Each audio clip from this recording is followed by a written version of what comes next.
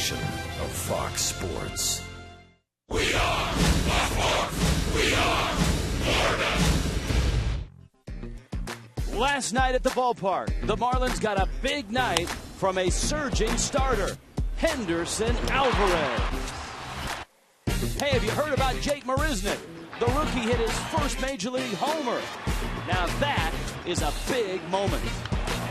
Finally, Mike Dunn needed 4 outs, but he nailed down the save. Today, the Mets trot out one of baseball's best. Yes, that's you, Matt Harvey. However, the electric righty has never beaten the fish. It's Mets, it's Marlins. A little day baseball for you.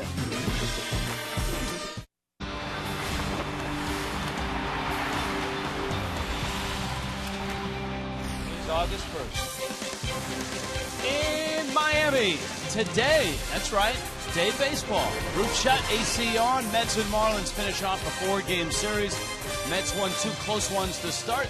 The Marlins held on for a win last night. As the calendar turns to August, camp day, maybe the last hurrah for these kids before back to school. So a little camp day baseball action. Tom Kohler takes aim at a team that he used to watch growing up. And Matt Harvey goes for the Mets. Rich Waltz, along with Tommy Hutton, on to August. Marlins had a very nice June. July, some ups and some downs. What's ahead for this team in August? Well, you'd like to see the offense come alive because the pitching, the ERA for the month of July was the best ever for a month in Marlins history. You'd like to see the offense pick it up. Well, good luck with that today because Matt Harvey. It's a tough day to do it. Matt Harvey has been dynamite this year. Against the Marlins, though, the Marlins, if they can get to extra innings, they're able to win the games against Matt Harvey, and they've done that twice against him. Well, this guy's one of the game's best. He's not considered a rookie because he pitched enough last year, but look at his rankings. Only Clayton Kershaw has a better ERA. The whip second in the league. He has just been incredible. He started the All-Star game. Since 1921, he has the best whip, walks and hits to innings pitched, than any pitcher in his first 31 career starts. He's had 6 games of 10 strikeouts or more. However, in his 2 starts here in Miami, his ERA is over 4, and he's given up 17 hits in 10 1/3 innings. Tom Kohler, as Rich mentioned, rooted for this Met ball club as a kid. He's going up against a ball club that he has an opportunity to pitch well against. They haven't had a great offensive year. So Tom Kohler tries to pick up a win against the Mets today. Yeah, Marlins and Mets. It's been an entertaining series so far this year. The Mets are trying to creep up on the Nationals and the Phillies in the East, and the Marlins are trying to prove that, hey, they've no fluke in June and July. But it's Matt Harvey who will be the focal point in this one. Harvey going against the Fish, Tom Kohler going against the Mets.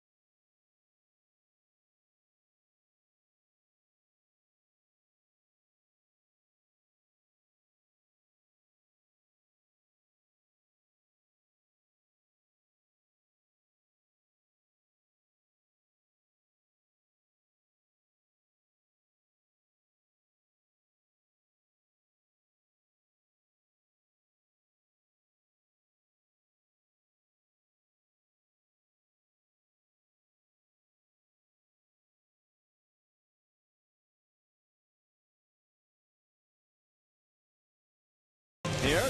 Dave Baseball. That means Craig Minervini and Jeff Conine had to wake up early today, right, guys? Very early, Rich, just like you guys. We're happy to do it. Happy to be here and get ready for a good pitching matchup. Last night we saw something we have only seen one other time in the brief history of Marlins Park, and that is a home run call under review. And let's review with you. It was June 7th, 2012. Jeff, or Giancarlo Stanton went oppo, or did he? Oh, well, initially no. Initially ruled a double. The umpiring crew gets together. They go get a look at the video replay, and they come back out and say, yes, indeed. You saw it kind of skip off the top there and hit that back pole. Home run, Giancarlo. Now, last night. See you later. By Doug. Pat Hudson says, I'll talk to you later, bud. Doug said, stay here. Eric Young Jr. just needed probably an inch more to get it out of here. Yeah, this one was as close as you could possibly get. Hits the absolute top corner of the wall. He thinks it's gone. Let's all go in here and talk about it once again. Joe West and the crew. Well, man, every time I see that shot and that angle, I think it's gone. But I know, Craig.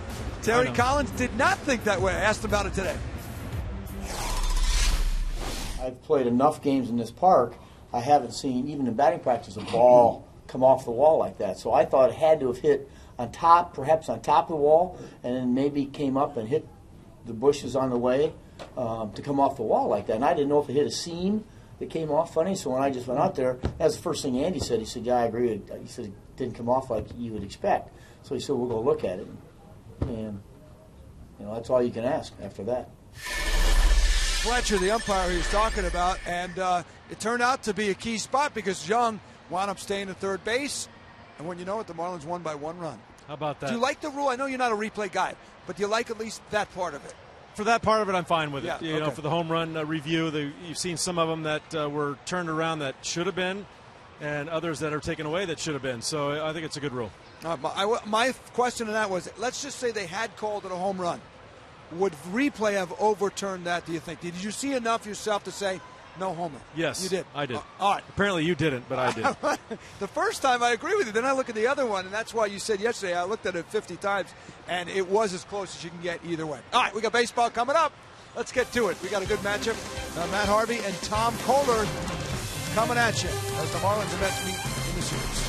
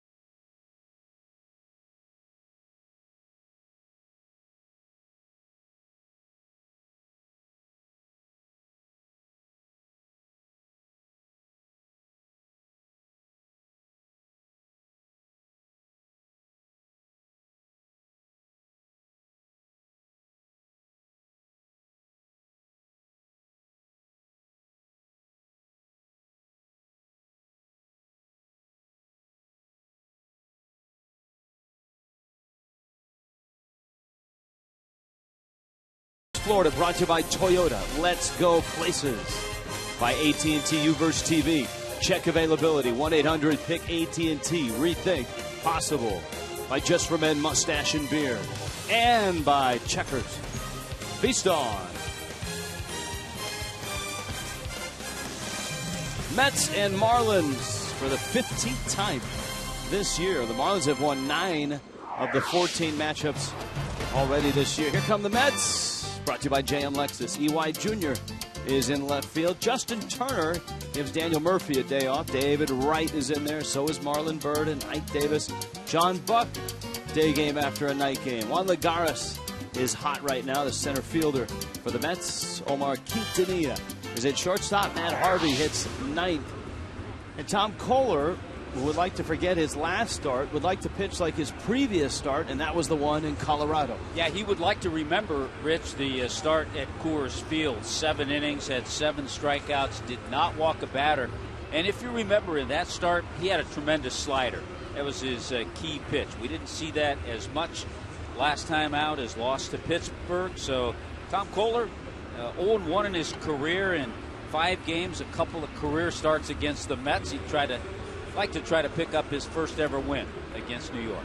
Miami with a 3-2 win last night. The Mets winners in game 1, 6-5, and then a 4-2 10th inning win in the second game of the series. So this would be game 4. This would be Eric Young Jr.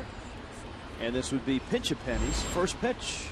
Tom Kohler delivers fastball. Rob Drake calls it strike 1, and away we go with a little day baseball here in Miami. Young to be followed by Justin Turner and then David Wright. Kohler, the Stony Brook star, a guy that rose through the Marlins organization after being an 18th round draft pick. And when you're an 18th round draft pick, you don't get promoted just on reputation. You have to win ball games, and certainly Kohler did that, climbing his way up to the big leagues. Marlins used him in the bullpen to start with, and he worked his way into the rotation. He stays out in front, 0-2. The Mets looking for speed and looking for an outfielder. Acquired Eric Young in June from the Colorado Rockies. Those are his combined numbers, 257 between the two ball clubs. He does have a homer, and of course, as you just saw Craig Minervini and Jeff Conine discuss, he's the one that hit the ball off the top of the wall in center field for a triple that was reviewed yesterday.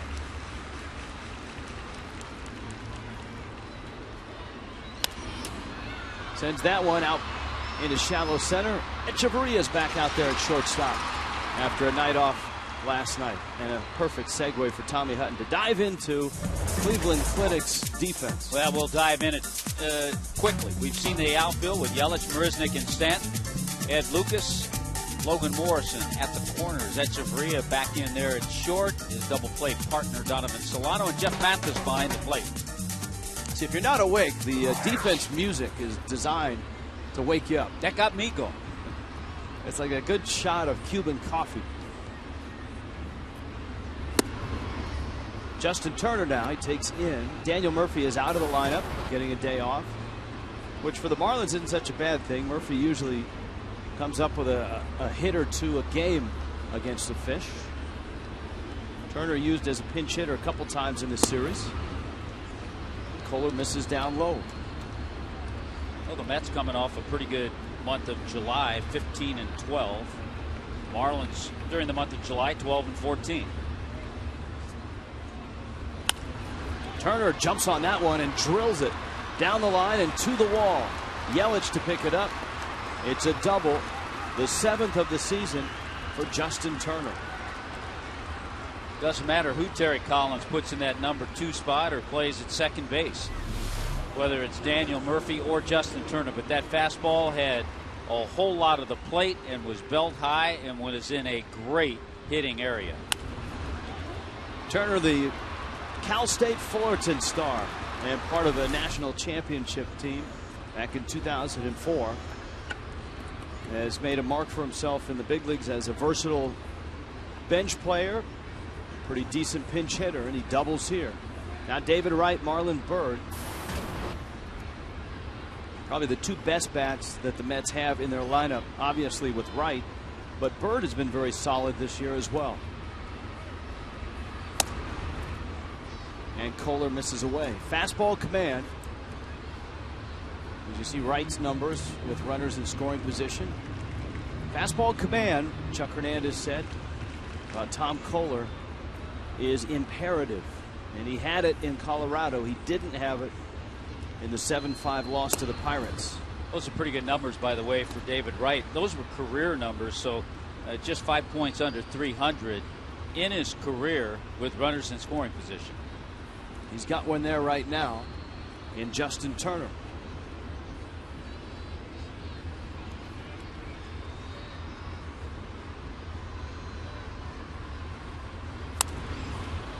Pop-up. Mathis near the on-deck circle makes the catch. Big out to get for Tom Kohler. Little breaking ball. He had Wright fooled, had him out in front. Now he's got to go get Marlon Byrd, who has 5 hits in this series.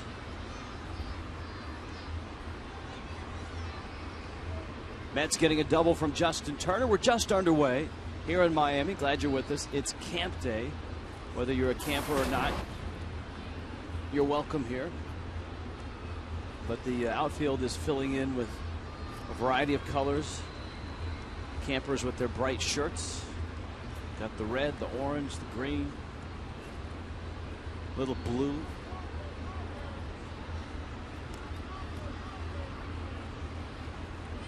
Byrd takes outside. Byrd has breathed new life into his career after the drug suspension last year, the performance-enhancing drug suspension of 50 games. Played in just 34 games for the Red Sox. He's bounced back and had a very solid year for the Mets. 18 doubles, 17 homers.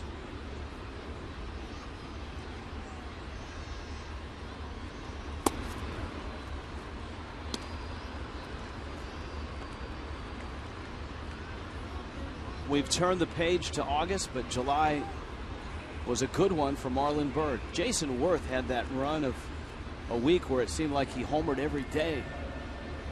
Look at Daniel Murphy. As you pointed out, Murphy, a very solid month. And the Mets themselves enjoyed July. They were 15-12 in July, 3rd best in the National League. The Marlins in July were 12-14, and that was coming off a 15-10 June.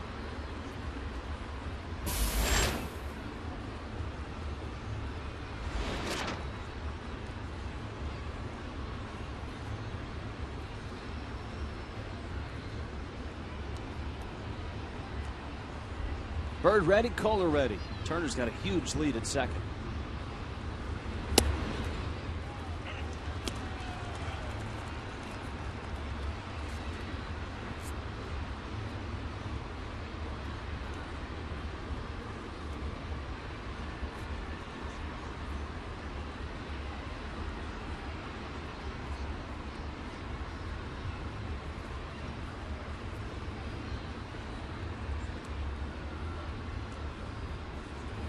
A swing and a miss.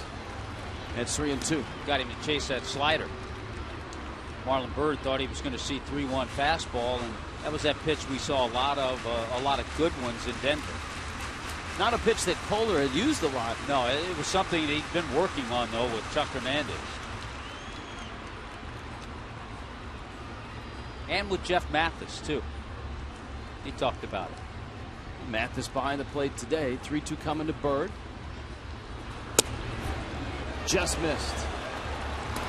And that was it again. Yeah, he went with it again. It's very close to being a cutter type slider, but you can see the movement. The velocity's maybe 5-6 miles an hour down from a fastball. Randi Institute Fox Tracks. So Ike Davis is up. Davis 3 hits in the series. Marlins infield will shift over for Davis. A 181 average, just an awful April and May, so much so that the Mets actually demoted him to AAA, where his bat showed some signs of life, brought him back up. They need that left-handed pop. They lost Lucas Duda to the disabled list. Davis fouls it off. A couple of guys right there the Mets certainly have to make decisions with as they move forward. Ike Davis, Lucas Duda. Davis 2 hits last night, including an RBI double. Wild night in baseball last night. The Pittsburgh Pirates just keep rolling. The Cleveland Indians, who are coming in here, are rolling. The Kansas City Royals, whom the Marlins will see on this road trip, are rolling. And the Braves just keep on winning. They beat Colorado 9-0 last night. The Braves' lead today in the East is 11 games over the Nationals. Phillies are 12.5 back, and the Mets are just a game back behind the Phillies. How about this one? The National League leader in batting average by 12 points as we enter play today, Chris Johnson of the Atlanta Braves. The pride of Naples, Florida.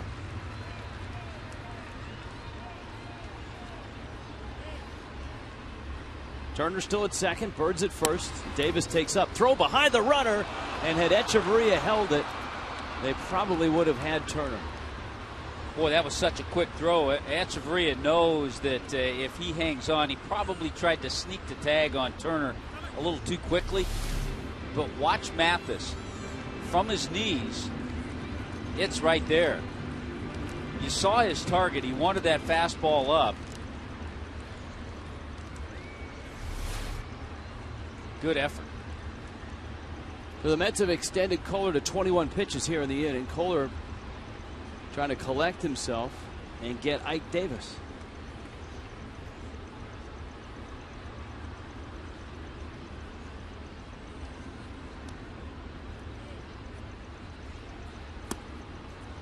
And it's inside.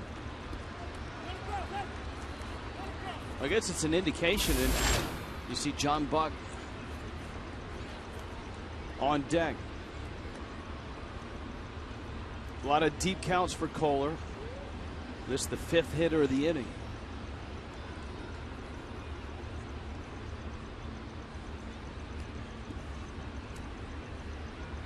Three-two, runners on the move. Davis fouls it off. If you start looking ahead, certainly the Marlins will look to see where Tom Kohler fits in. We saw on Marlins Live a lot of the young talent, the next wave coming. A lot of those guys are pitchers. I think Tom Kohler's proven he can pitch at this level, be it as a starter or out of a bullpen.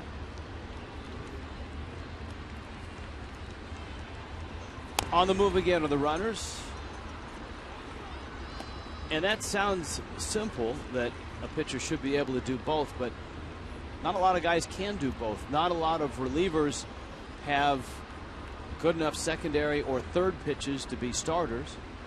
And a lot of starters sometimes either don't have the mentality or the durability to pitch out of the bullpen. Kohler, you're right. The Marlins liked him in the pen, and they're trying to see if he can hang in the rotation. And he strikes out Ike Davis on a good fastball at 94 miles an hour. It took a while, but Kohler has a scoreless first.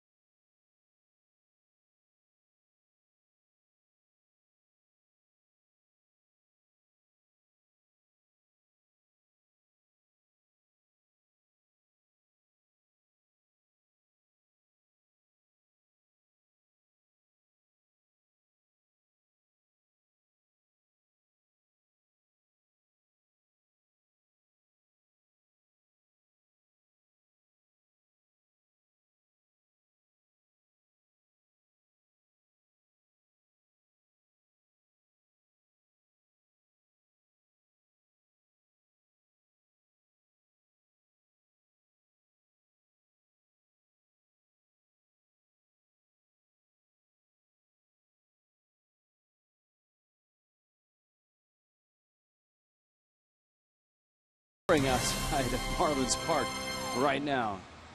Safe and dry inside. The Marlins will send this lineup up against Matt Harvey. Jam Lexus brings it to you. Christian Yelich in left. Adeiny Echeverria is at short. Giancarlo Stanton in right. Logan Morrison at first. Ed Lucas has had good swings against Harvey this year. Donovan Solano as well. Jake Marisnick, he's had a very nice series against the Mets. Jeff Mathis hits 8th and Tom Kohler hits 9th. And there is Harvey. Harvey, the 24-year-old out of the University of North Carolina, mature, strong, looks like a guy that's been in the league 5-6 years. Well, and he certainly pitches like a guy that's been in the league 5 or 6 years. He's been incredibly successful, consistent. If you look at his ERA every month, in April it was 1.56, 2.15 in May, 2.31 in June, and 2.57 in July. So he stayed consistent. He started the All-Star game, and the Mets hope to have him for a long time. Christian Yelich, Adeiny Echeverria, and Giancarlo Stanton. I'm sure Christian Yelich watched the Major League All-Star game and saw Matt Harvey starting. Yelich at the time was in Double-A. Harvey misses up with a fastball. Yeah, Harvey didn't see a couple of the young hitters, Marisnick and Yelich. But we have pointed out how a couple of his worst starts this year have been in this ballpark. Breaking ball for a strike. I hope you don't have plans tonight, because Harvey's made 3 starts against the Marlins. One of them went 15 innings. The Marlins won 4-3. The other went 20 innings. And the Marlins won that one 2-1. The 20-inning game took 6 hours and 25 minutes up in New York. Adeiny Echeverria drove in the winner in the 20th. 2-1, Marlins won it. And both of those games were actually Harvey-Jose Fernandez matchups. Hit well, but at Turner. That was one game in New York. Kevin Slowey was just outstanding out of the bullpen. That was the game where there were 4 quality starts. 2 by the starters and 2 by a pair of relievers. Cleveland Clinic brings you the Mets defense. All right, E.Y. Jr., Lagares, and Bird in that Met outfield. Justin Turner starting at second base. He's the only change. John Buck again behind the plate. Echeverria shortens the bunt, takes a strike. Harvey, one of those guys that he can start you at 93, 94, and then without much effort, just dial up a bigger number. You know, the one start, and it was our first real look at Harvey back in late April here at Marlins Park. He really struggled with command. He only gave up 1 run, but in 5 1/3 innings, he threw 121 pitches. Off to a little different start in this one, though. He just threw 3 pitches to Adeiny Echeverria, and they were all good ones. Well, scouting, a power pitcher, there's no question about that. Good command. MP troubles, Marlins Park troubles, which is what he's had. I thought that was some military I had thing. to shorten that a little bit. It scared me there. You don't want to have trouble with the MPs. No, no. Now Stanton takes a fastball for a strike.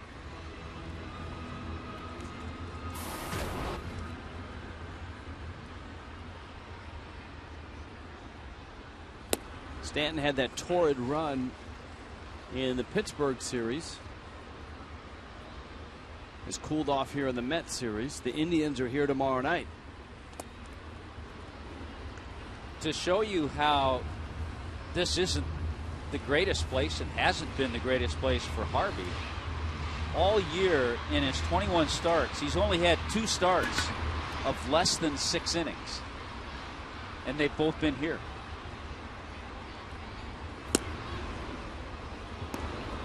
Not sure where that missed. Yeah, it didn't look like it did. It didn't. Only guy who thought it missed was Rob Drake. Even Stanton flinched like he was ready to walk out to right field. Stanton hits a high fly ball center field. Lagares is under it, and he makes the catch. 1, 2, 3 go the fish in the first.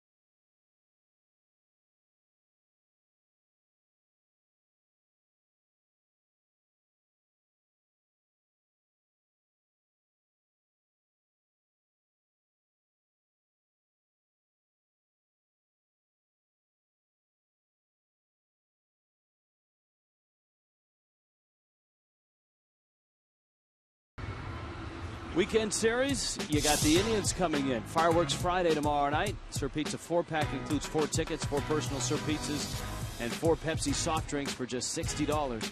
Stay in your seats after the game for a fireworks spectacular presented by Bacardi. Go to Marlins.com for tickets. And we told you the Cleveland Indians are red hot right now. Cleveland winning again walk-off style last night. They've won 7 straight. Ryan Rayburn has homered, and Cleveland's off to a 3-0 lead over the White Sox already today. Echeverria, quick to the ball, quick release. John Buck is out number 1. In the American League Central, everybody at the top is red hot. The Tigers have won 5 in a row. The Indians have won 7 in a row. Kansas City has won 8 in a row. While the White Sox have dropped 6 straight. The Twins have dropped 3 straight. So Kansas City is still in it, Tommy Hutton, which might make the upcoming road trip interesting because the Marlins' last stop is in Kansas City. Wanted to see this last play and just point out something. Watch how quickly Echeverria gets it and releases. Didn't have to do that. John Buck was the runner. He's not even in the picture. He didn't get it, take a couple of steps, and crow hop, and then make an easy throw. He did it as if Eric Young Jr. was running. And he's done that all year. And the design behind that with Perry Hill is treat every ground ball the same, because in Hill's mind, if you change your routine, then your footwork might be different, your release point might be different, and that's when you sail the ball up into the seats. We've seen Ryan Zimmerman with the Nationals deal with that for years. He's better, Zimmerman is, on balls where he has to spin around and stand on his head, so to speak, than on the easy ground balls. Well, I was just thinking about that Kansas City lineup. Alex Gordon, Billy Butler, Eric Hosmer, Moustakas. They have some good bats.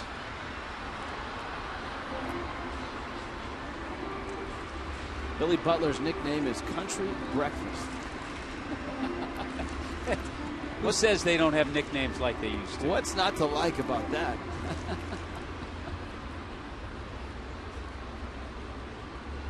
What's not to like about 3 days on the plaza in Kansas City? That would be a breaking ball, and that would be strike 3 call. Good job. Couple of quick outs, some good pitches from Tom Kohler. I think sometimes it's hard to not think about this. If you're a starting pitcher, obviously you have to approach every game the same, and you have to try to get your game together. But when you know, and this can't help but get into your mind, you know you're pitching against a guy like Matt Harvey who's not going to give up much. That has to enter your mind a little bit. Omar Quintanilla, the number 8 hitter for the Mets.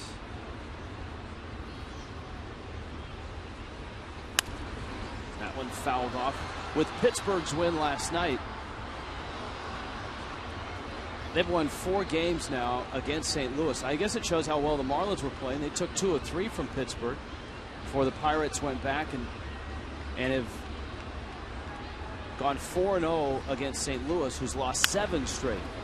That one's into center, and a nice running catch by Jake Marisnick, showing off some speed. And a 1-2-3 inning for Tom Kohler.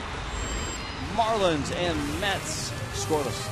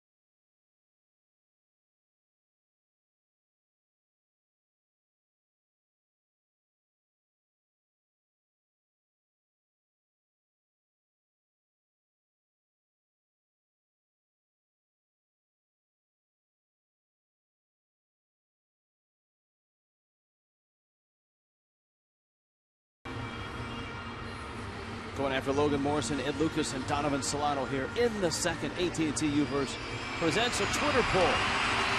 You can have one Met, and only one Met, and not Mr. Met, but Matt Harvey or David Wright. Hashtag I want Matt, hashtag I want David. Good question. Let's just throw this out there. David Wright's 30 years old. Matt Harvey's 24. So by that account, that swings some votes Harvey's way.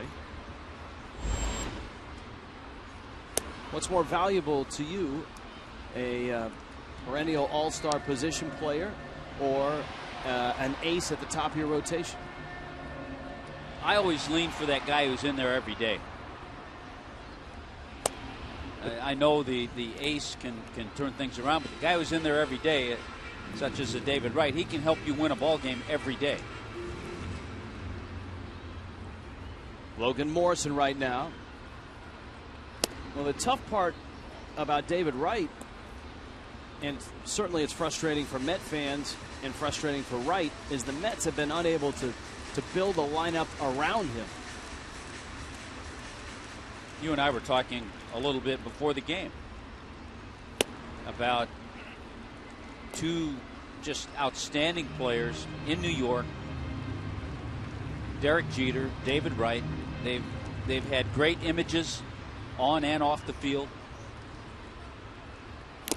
Yet Jeter's been surrounded by a whole lot more than David Wright has. Oh, a whole lot more. Of course, Wright and the Mets came within a run, or I guess a Yadier Molina homer, or a Carlos Beltran strikeout, however you want to put it, of getting to the World Series. But haven't had a winning season since 2008 when they won 89 games. Morrison lifts it in the air. Shallow center. Legares is there. Look out. Eric Young Jr. enters the picture. He's played a little center field too, so you can't get that out of your mentality. So if you're starting a franchise, though, and you can slot Matt Harvey as your ace. Okay, here, let's extend that question. Okay. If you're the Marlins, let's just say if you're the Marlins, who would you rather have? Well, you could do it this way. You could say, if you're the Marlins, who would you rather start your franchise with? Jose Fernandez or Giancarlo Stanton? Is that the equivalent of what we're talking about? Stanton's younger, certainly. And if you're the Marlins, you'd look at third base as a position you need some help. And you have your ace in Jose Fernandez. So that throws a different light on that question, too. Interesting topic. Ed Lucas, Matt Harvey. It was Lucas's first week in the big leagues, and the Marlins went to New York. And here's Lucas, who spent 10 years in the minor leagues, not a sniff of the majors. 31-year-old out of Dartmouth. Finally gets a chance. And he's starting against Matt Harvey, and he goes 3 for 3 against Harvey. Was not intimidated at all. Solano's on deck. 3-1 pitch. It was up and in, and Lucas pulls it foul. So Lucas, a rare Ivy Leaguer in the big leagues. Ohlendorf, Venable, Young, there are others. Harvey out of the University of North Carolina, which has produced a lot of first-round talent. And down goes Lucas. Harvey gets him. 86 miles an hour, off speed, and a beauty. Well, Matt Harvey adds to his total. He leads the National League in strikeouts. Only Yu Darvish of the Texas Rangers has more strikeouts than Matt Harvey. Well, we opened the inning by saying Cy Young Award candidate Matt Harvey. Only Clayton Kershaw has a better ERA. As you pointed out, Harvey has more strikeouts than Kershaw.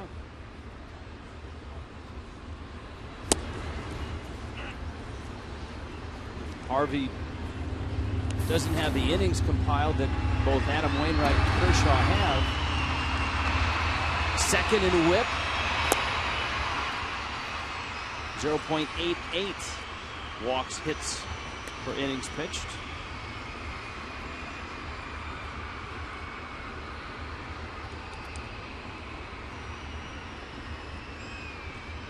Oh, 2. Of course, Harvey in that 2010 draft, first round pick, he was the 7th player chosen. That was the Bryce Harper draft. He was number 1. He's rolling right now. Matt Harvey, 3 strikeouts. He's retired all 6 that he's faced. And the Mets and the Marlins are still scoreless.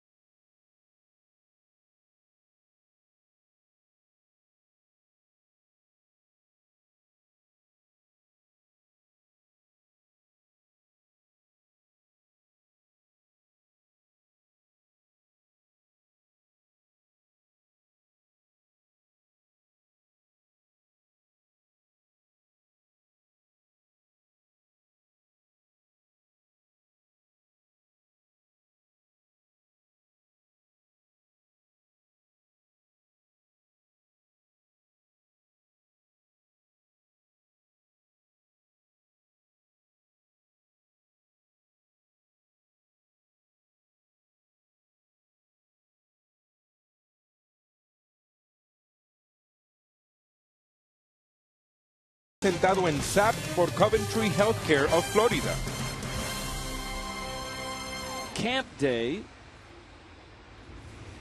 Tom Kohler Day, and he's facing Matt Harvey and the Mets. Harvey has been spectacular. Kohler wobbled a bit in the first. He gave up a double and a walk, but bounced back with a 1-2-3 second. And here is Harvey with Eric Young and Justin Turner right behind him.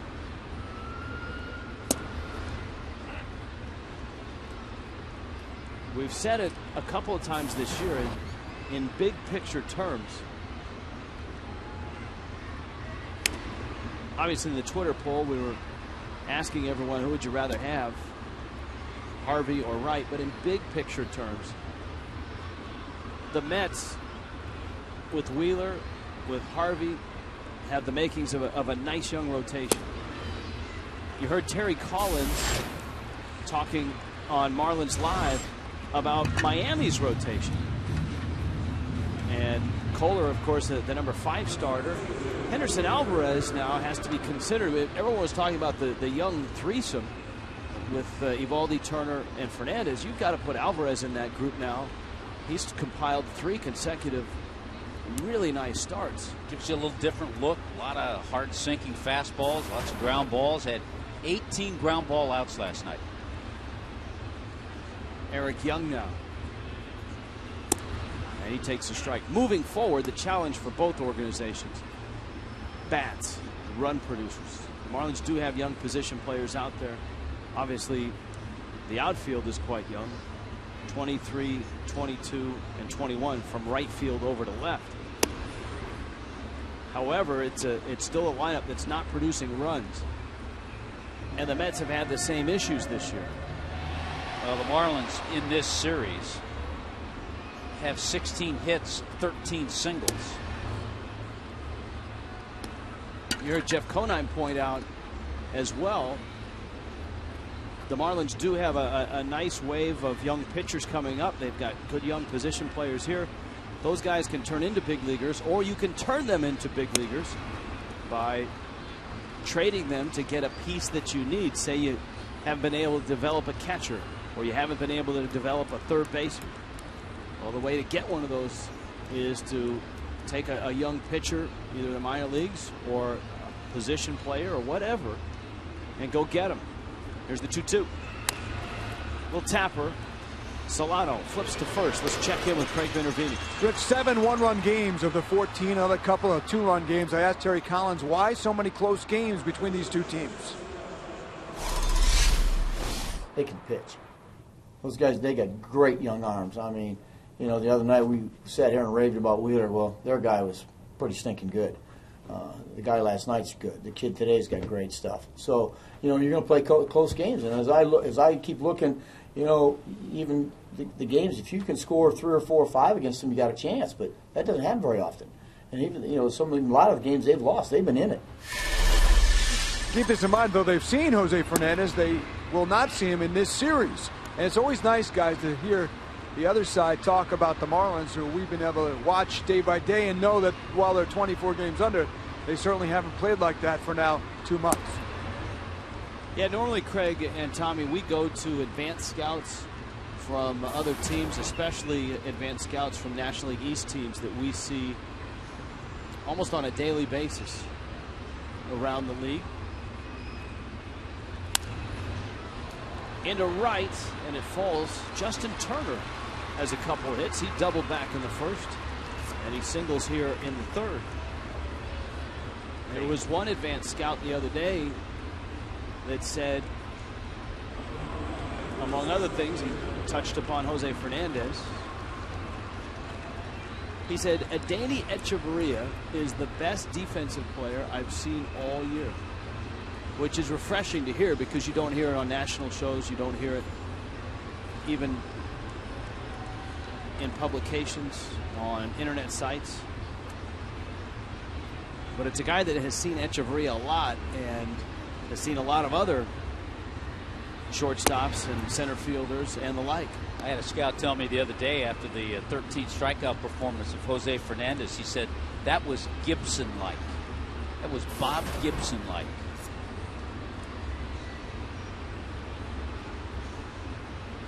David Wright.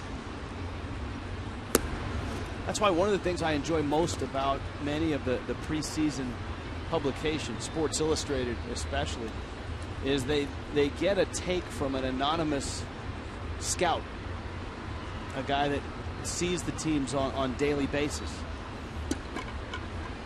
It gives you a real interesting perspective. Wright popped out back in the first.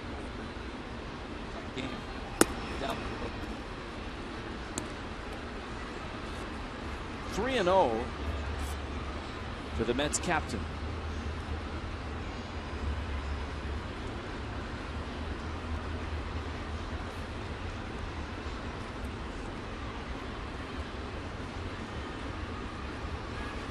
That one hits the umpire, Andy Fletcher.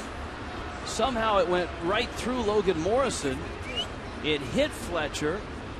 Both Turner and Tom Goodwin looking at Fletcher saying, number one, are you all right? Number two, get out of the way next time. Yeah, if the ball doesn't hit Fletcher, Turner ends up probably at third base. I think the umpire is figuring Logan Morrison's going to catch this ball. And he should have. Morrison's lucky that Turner's not at third base right now.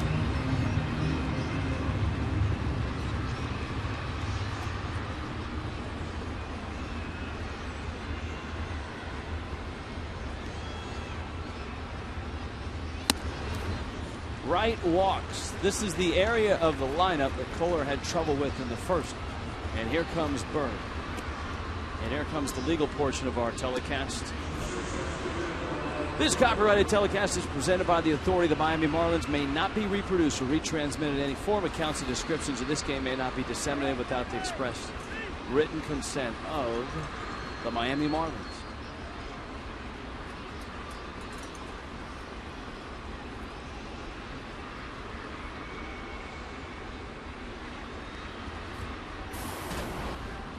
Marlon Byrd.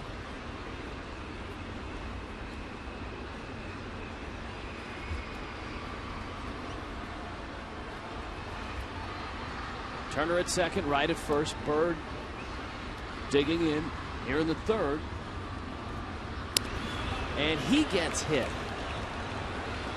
And so Kohler, who was on a nice run, he had retired 6 in a row, gives up a single, a walk, and now hits Byrd. And once again, with a runner in scoring position back in the first, here you got 2 guys in scoring position. He has to get Ike Davis out. He hit him with a breaking ball. Looked like Byrd turned and it caught that elbow guard that he uses. But a breaking ball that just hung inside and never broke.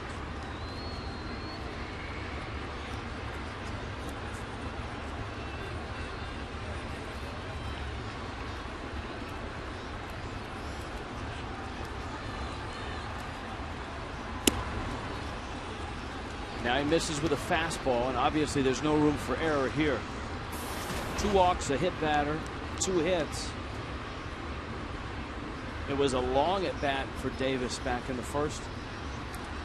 But Kohler struck him out with a fastball at 94 miles an hour. 1-0 pitch. Davis turns on it.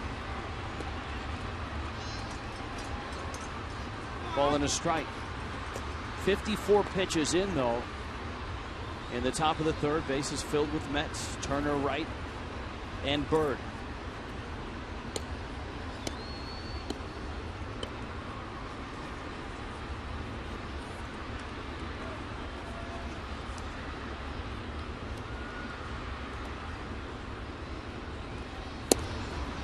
There's the slow breaking ball for a strike, 1 and 2.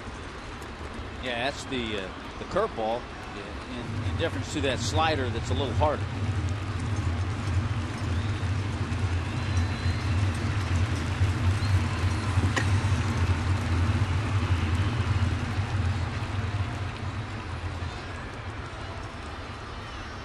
One, 2 coming.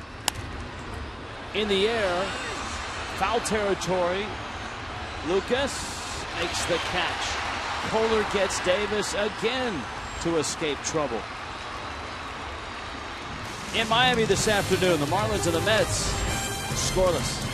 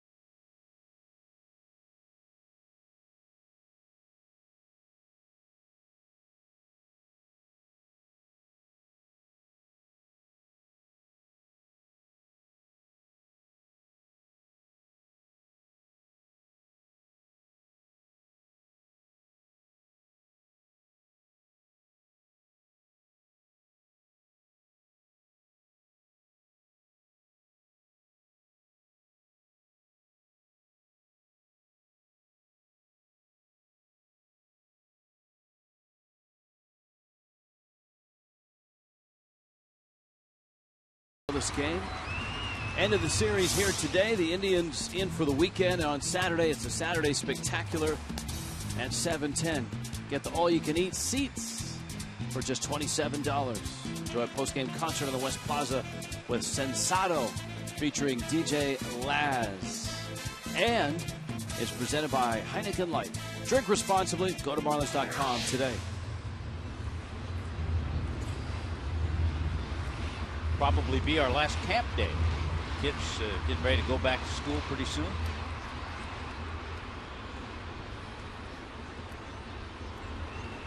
One last hurrah. Jake Marisnick gets his first look at Matt Harvey. The Marlins rookie's had a nice series, 4 for 9. Getting his first Major League RBI, then yesterday his first Major League home run.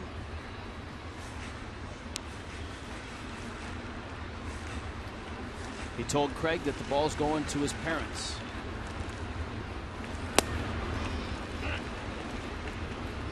Well, probably the biggest challenge he's faced as a major leaguer, facing Matt Harvey today.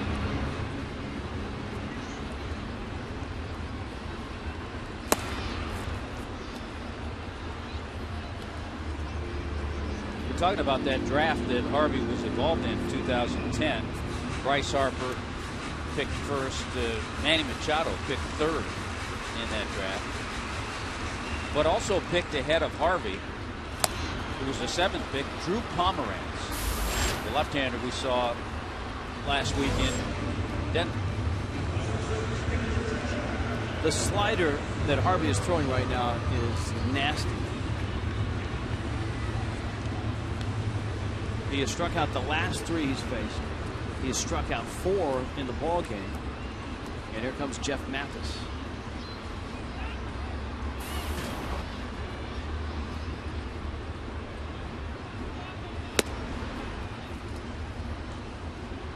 Boy, it's such an easy 96.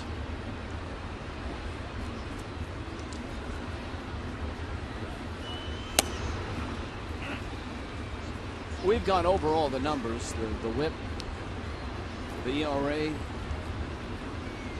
the strikeouts. The other thing that makes Harvey special, according to everyone around the Mets and in the Mets organization, is how hard he works, how disciplined he is.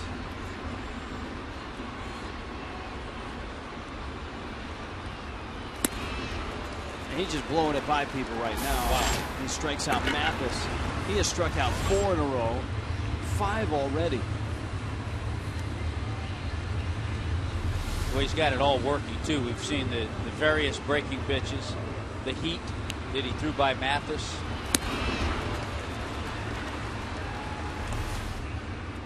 And now he gets to go after Tom Kohler, who's 1 for 21.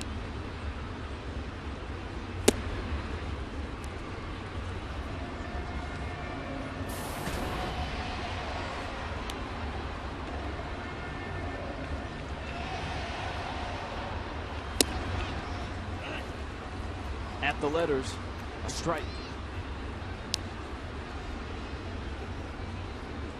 Well, if the age thing was an issue with Wright or Harvey, what about Harvey versus Manny Machado?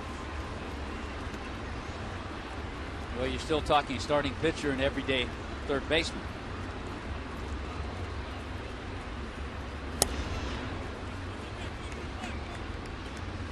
If you're a club that doesn't have an ace, then you would go with Harvey.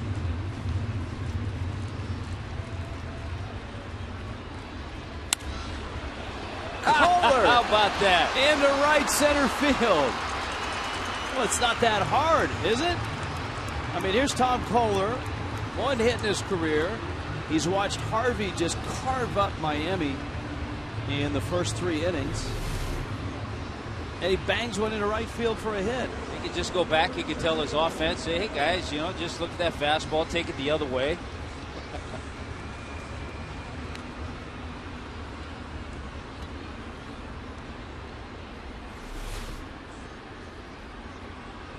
Yelich climbs in. He hit the ball hard his first time up. The ground ball to Justin Turner.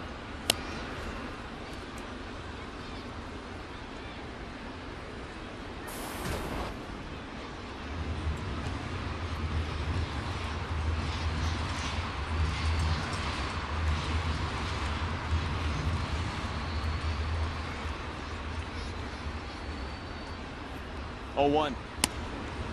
And it's out. We've been talking about hot teams in baseball. 2 teams in particular that the Marlins are going to see here in the next 2 weeks. are staying hot with day games today. Cleveland 5-1 over the White Sox in the 6th. And Kansas City has scored first in Minnesota. It's 2-0, bottom of the 2nd. So Cleveland on their way to their 8th consecutive win. That would also be 60 wins for them if they hang on and win that game. They're a real interesting group of homegrown players, guys that they've signed for and guys that they've traded for.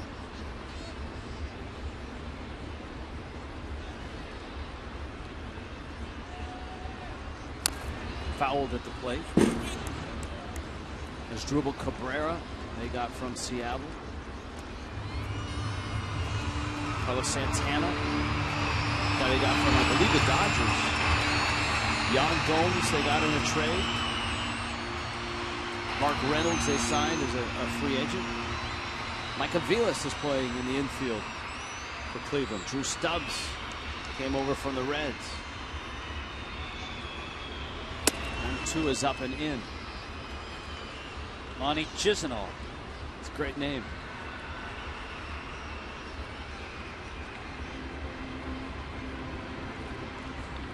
Two and two.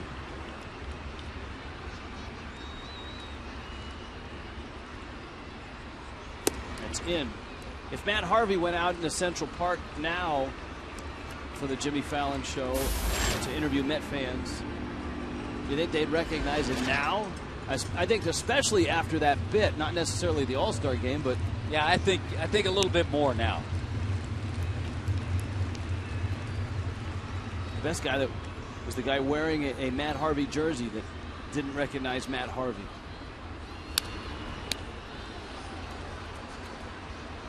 Yelich fouls it back to the screen. Well, let's see. He went 3-2 fastball. If he comes back with the same pitch or if he goes to a slider or breaking ball.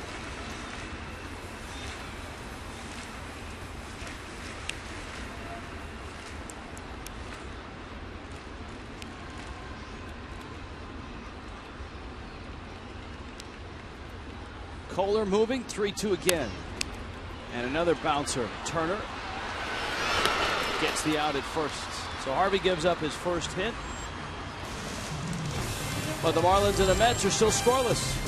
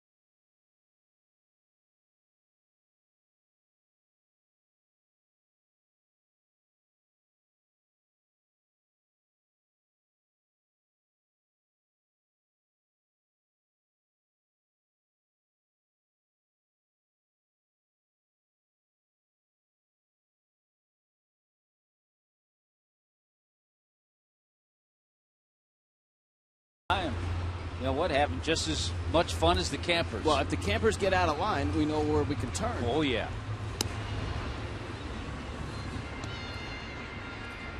Tom Kohler back to work. Now, there's been two very different starts in a scoreless game between Kohler and Matt Harvey. Harvey dominant at times. has struck out 5. Kohler, wild at times, has walked 2 and hit a batter. Their pitch count, though, Tommy, believe it or not, is very similar.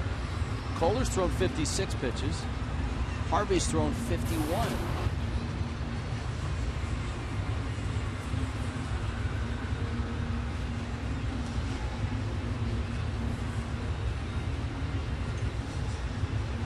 There's John Buck. And there's been a main part of the order that's given Tom Kohler the most trouble. Turner, Wright, and Marlon Byrd. Now, baseball rules say you can't use electronic devices such as cell phones in the dugout or in the field, but John Buck would have a pretty good excuse if his iPhone were in his back pocket right now. Yeah. On vibrate. On vibrate.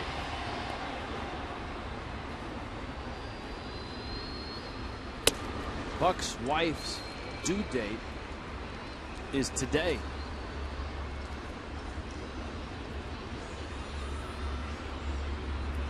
Buck makes his off-season home. He makes his off-season home here in South Florida.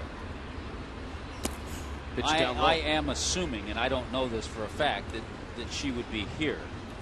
Because if her due date were today and she were up in New York, yeah, he would be up there. Crack staff has confirmed her location. Ken Rosenthal of Fox Sports is going to join us now. Grounder up the middle. Donovan Solano fires to first. We could always call John Buck's wife, too. But instead of John Buck's wife, we decided we'd go with Ken Rosenthal. Who is not on maternity or paternity leave. No, I don't know when Ken's due date is, but he was due to talk to us this inning. Is he out there? Hi, Ken. Hey, guys, how's it going? Good. Good. This was a, we always talk to you trading deadline. As far as trading deadlines go, there wasn't a whole lot of drama around this one, was there? No, in fact, on MLB Network yesterday, I said it was the lamest deadline day ever. Now, there were some deals in the days that the day. Versus completely down. But in terms of sheer impact and drama, the Jake Peavy trade was a very interesting trade. But other than that, it was a dud as far as the deadline is concerned. 0-2 pitch. Misses in to Juan Legares. But, of course, there's always the trades after the deadline. And with many toxic contracts and teams that are surging, such as the Kansas City Royals, who've moved themselves back into postseason contention, do you think August will be a busy month as far as those trades go? There are always some things that happen, as you guys know and just mentioned. But, again, there are restrictions in August that don't occur in July. A player must clear waivers. Now, expensive players clear waivers. But it's not as easy to get a guy, Nate Shearholt of the Cubs, not making a lot of money, a guy who a lot of people thought would be traded, but will be claimed on waivers by some team and probably for the purpose of hockey. So the real opportunity, always the better opportunity, unrestricted opportunity, is in July. And a lot of teams, in my view, guys, inexplicably bad. A triple by Juan Legares. He's at third. There's one out, and up comes Omar Quintanilla. Ken, you heard names. If you take that further and talk about August again, we heard names like Alex Rios, like even a Marlon Byrd, as the Marlins play the Mets here today. Michael Young, guys like that. Do you see any of them moving in August? Rios could, because he will clear waivers most likely. He's not making as much money as he used to be, or he doesn't have as much money left on his contract as he once did, but there's still $14.5 million next year, and I don't expect the team's going to claim that and possibly get stuck with it, although perhaps the team would, and in that manner would be aggressive and not want to give up anything in return, or give up very little in return. So he is a guy that I can see getting moved. Michael Young and line drive, Morrison across the diamond, safe at third base. Almost a double play. Sorry about that, Ken. No problem. I knew the game going on. Michael Young might clear as well.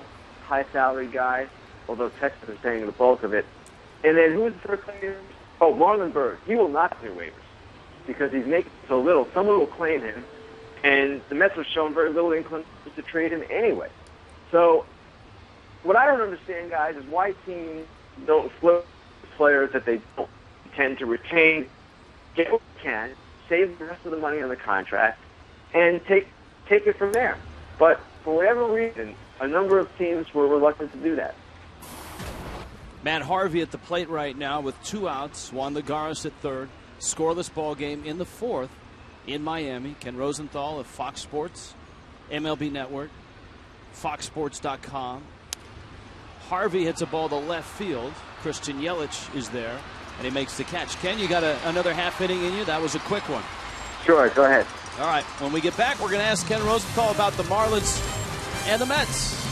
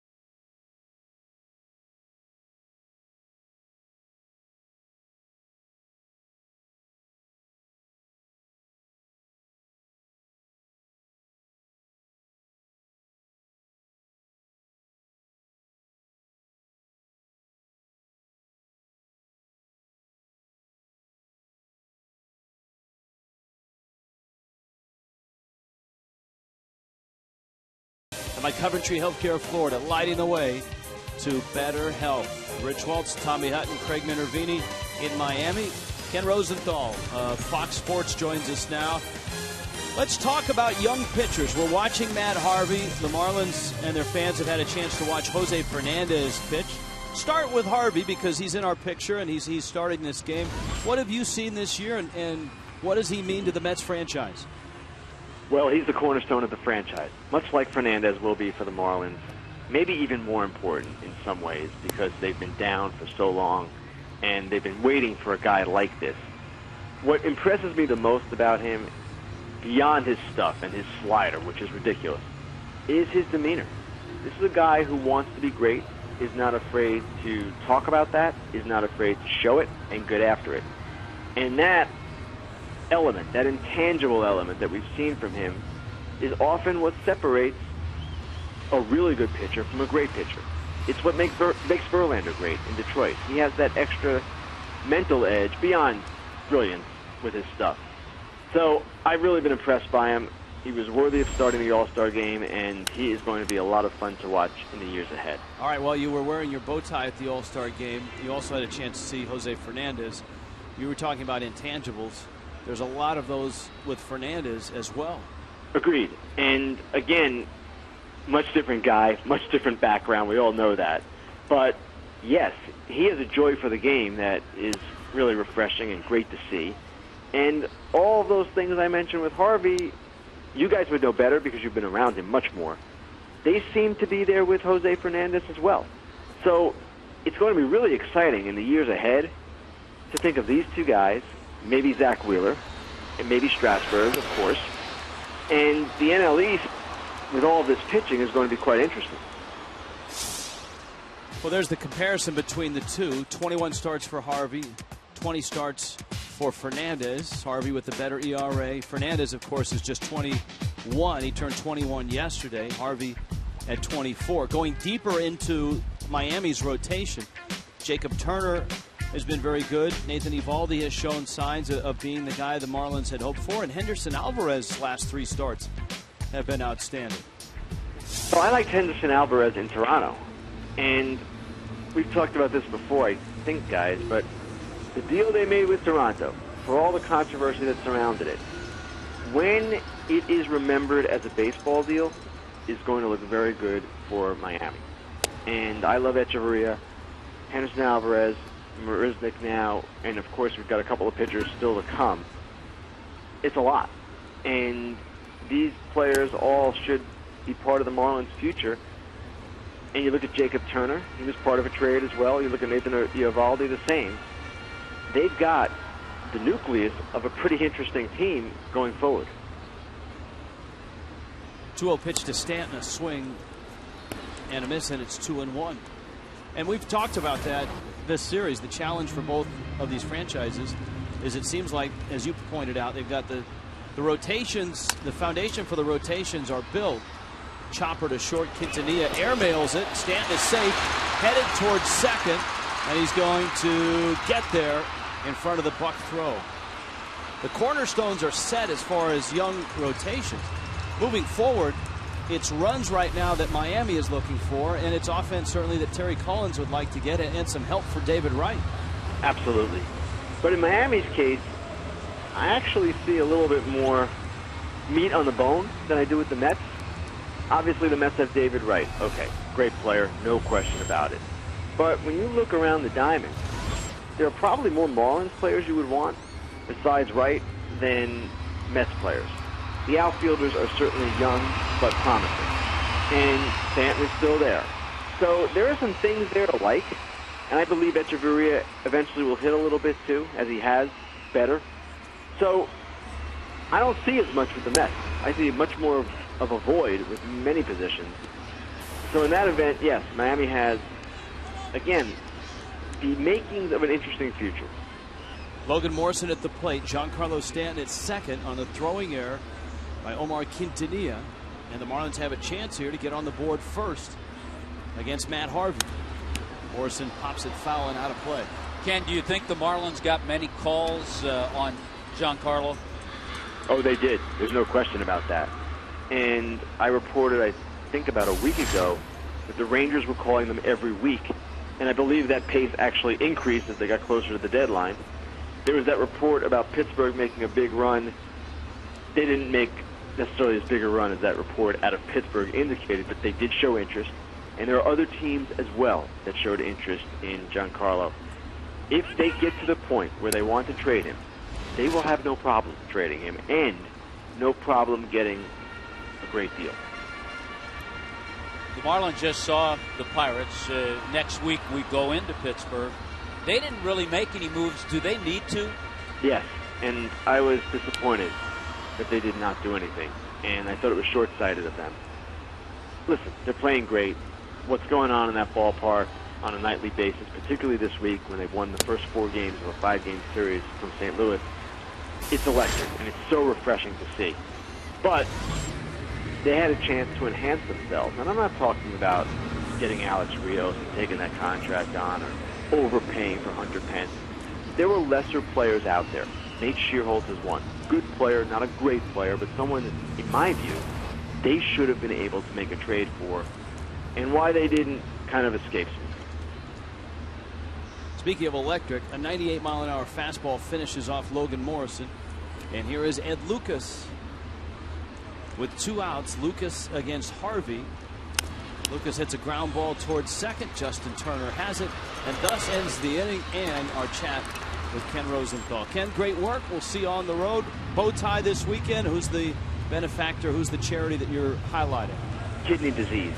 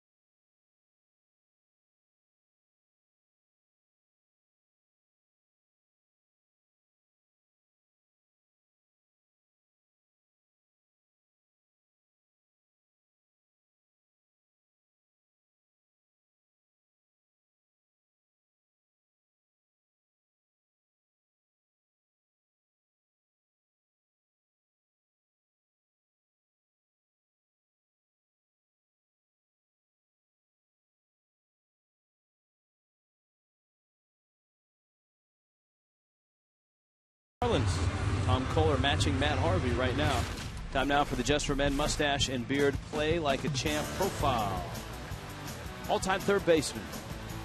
300 batting average, 500 slugging percentage. That's not easy to do. David Wright has done it 5 times. Look at the names on there. Chipper Jones, George Brett, Aramis Ramirez.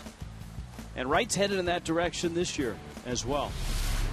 He's kept those numbers right around 300 as far as a batting average. He's over 300, and his slugging percentage has been up over 500.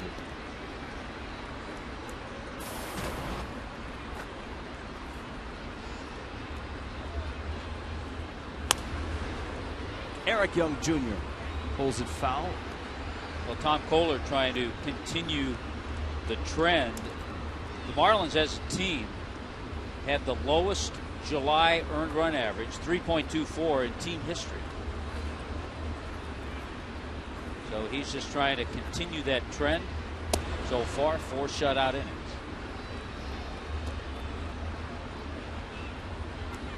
Two and one.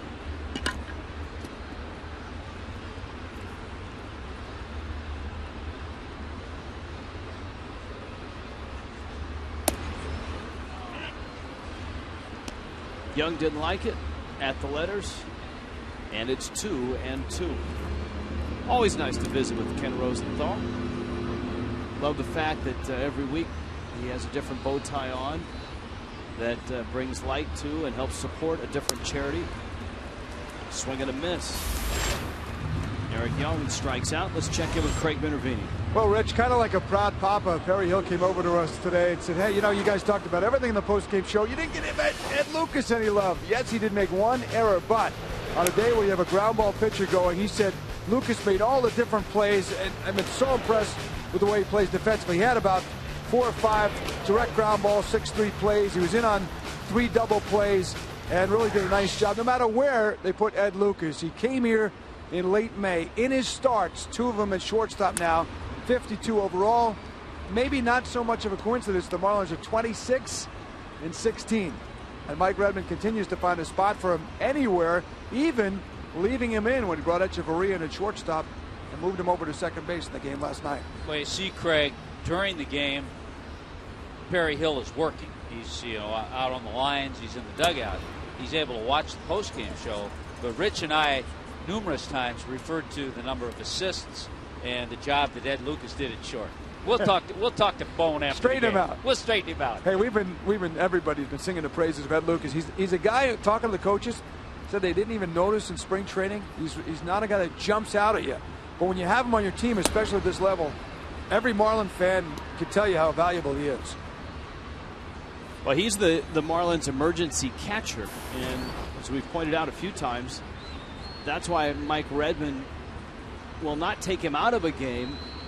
If he's in, he'll move him around the infield, or if he's making a double switch, he'll put him into the game. And because Lucas is the guy, when you carry 2 catchers, if you want to pinch hit Brantley late in a ball game, and then Mathis gets dinged up. Lucas told us, what was it, 2006 instructional league? Yeah, he put the gear on. He put the gear on and caught a little bit.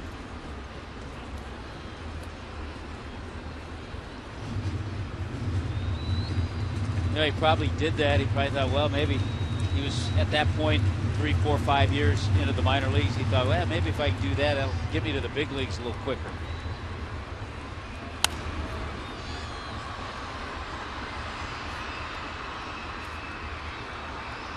On the next edition of Inside the Marlins, a look at life inside 3 levels of the Marlins minor league system. Veterans, top prospects, even the newest additions. Christian Yelich, Jake Marisnick, of course, will be featured inside the Marlins. It debuts tomorrow night after the Indians and the Marlins. Boy, Kohler just can't get Justin Turner out. And that's led to not a run scoring inning, but 2 close calls for Kohler and 2 real opportunities for the Mets. Turner doubled in the first. Bird walked. The Mets left both runners. Turner singled with 2 outs in the third. The Mets would go on to load the bases. And in both cases, it came down to Tom Kohler versus Ike Davis. Davis has struck out and popped out. Right now, that's the difference in the game.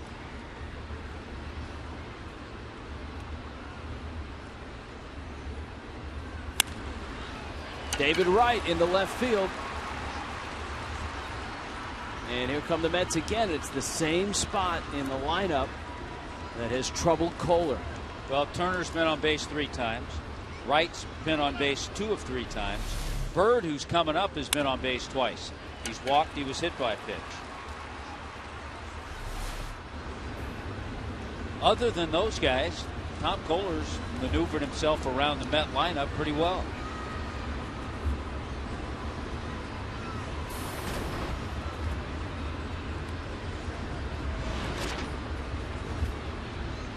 That Cardinal-Pirate series concludes tonight. Rockies and Braves conclude tonight. The Dodgers have moved on from the Yankees. Yankees beat them last night. The Dodgers are in Chicago. We talked about a well-pitched game last night. Hiroki Kuroda for the Yankees, 7 innings, 5 hits, no runs. Kershaw, 8 innings, 5 hits, no runs. But the Yankees scored off the Dodger bullpen and won the game 3-0.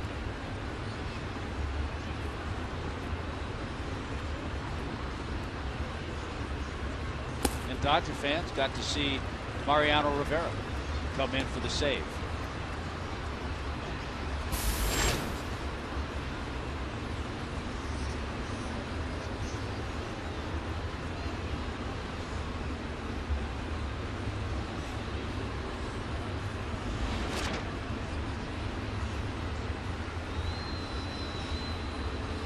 Mike Redmond pacing.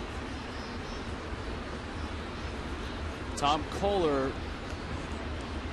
again faced with base runners. And he's fallen behind Bird 2-0. He's walked him, he's hit him. This is a dangerous situation to a dangerous hitter.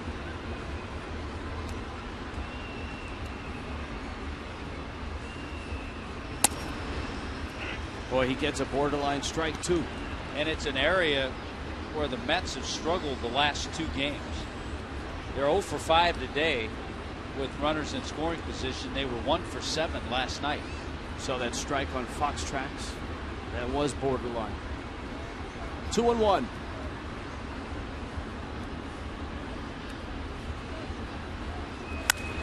Bird to center. Marisnick got a good jump. Dives and got it! On his feet. Throw to second. It's cut. Relay first. They got a double play. Marisnick, Zalato, Morrison. Terrific stuff. And they bail Kohler out of the 5th. Wow.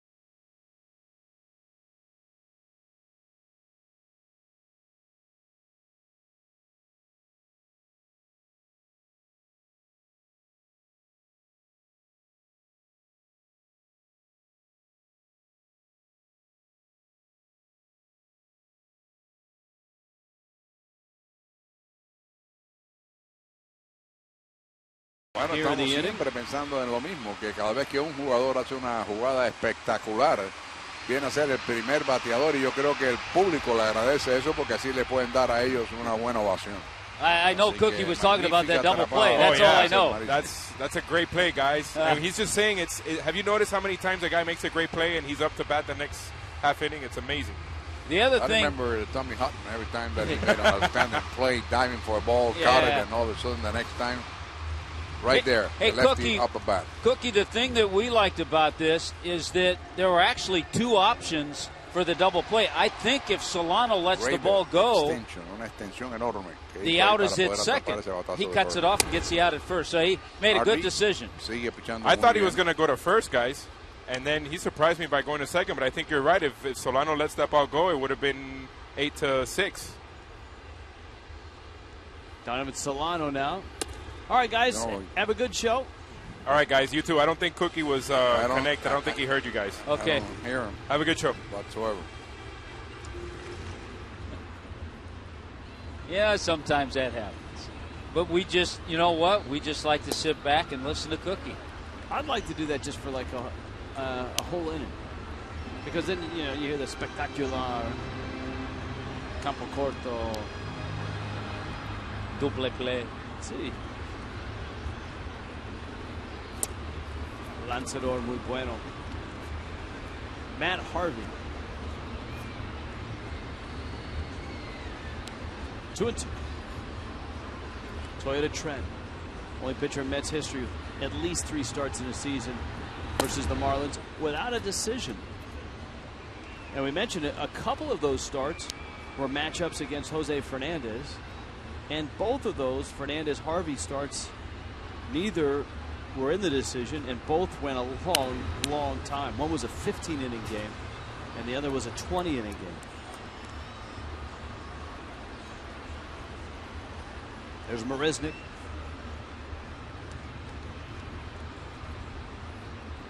Full count. Harvey's thrown 68 pitches. Kohler's pitch count has rocketed up to 86. A little mistake there. Hasn't made too many. Harvey has. Got the breaking ball up.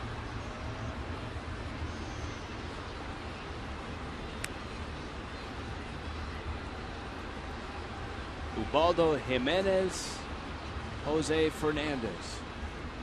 It's tomorrow night. Well, a couple of guys with electric stuff. We don't have to tell you about Jose Fernandez, but over the years when he was with the Rockies, we saw Ubaldo Jimenez a few times.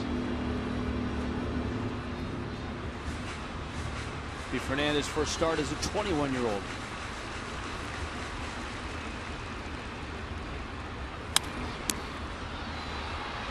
That one might be playable. Bird up against the wall makes the catch.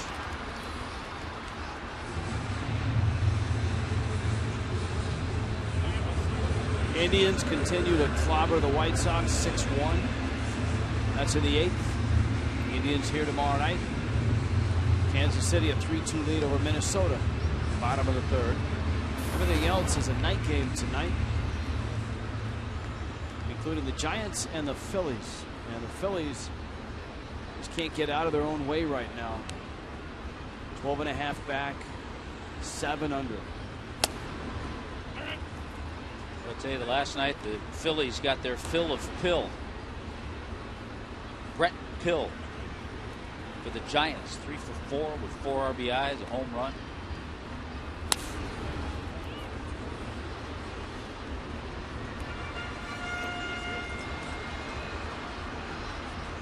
It's been a struggle this year, Rich, for the Giants.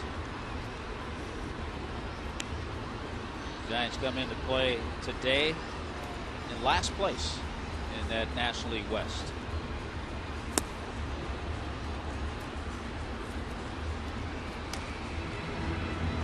Where's Tim Lincecum playing next year?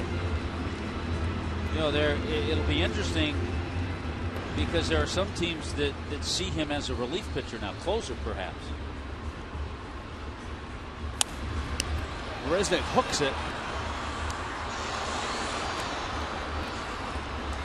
Oh, look at the little guy got no, don't throw it. Hold on to it. Okay, keep it. it bounced off the gentleman in the gray shirt. He couldn't handle it, and a little guy who's just minding his own business on camp day, he doesn't seem too impressed with it. It's like, yeah, I got a ball, so what? You want it? Well, he's always been taught if something comes your way that's not yours, give it back. So he was thinking about throwing it back. It looked like he handed it to his camp counselor. He's like, yeah, oh well. Throw back. No, maybe I can trade it for peanut butter and jelly. That's a strike. That's 98 miles an hour. And Marisnik is out. So the camp counselors, look at that. They're fired up. The little guy's back there thinking, what's for lunch? Sunday, Marlins Indians. Bring your dogs to the game for Bark at the Park. Fans get a Mike Lowell 10th anniversary bobblehead courtesy of Pepsi. Join us as we honor members of the 2003 World Series championship team. Go to marlins.com.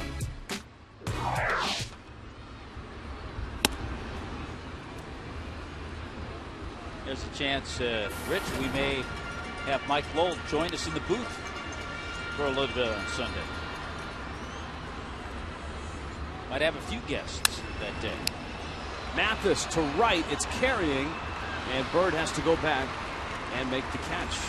Matt Harvey still clicking. That Kohler single, the only hit he's given up.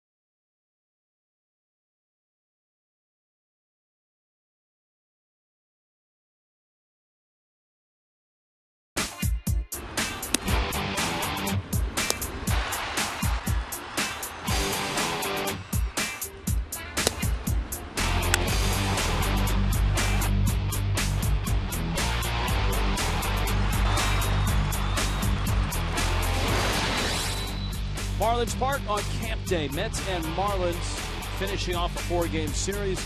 Matt Harvey against Tom Kohler. As you saw in that montage that flew by, Harvey's been really, really good. He has struck out 7, walked no one. Kohler has survived as well, not with dominating stuff, but by making pitches when he's needed it most and getting some help from his defense, in particular Jake Marisnik, who made a diving catch to start a double play that ended the 5th.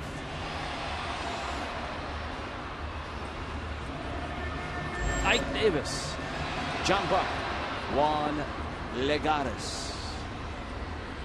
6th inning.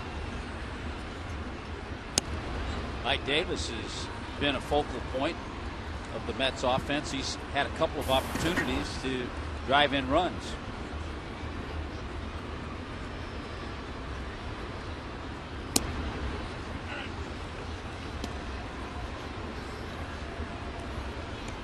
Davis takes a long walk after a breaking ball that was called a strike. 0-2. Mets have 4 hits. Justin Turner has 2 of those.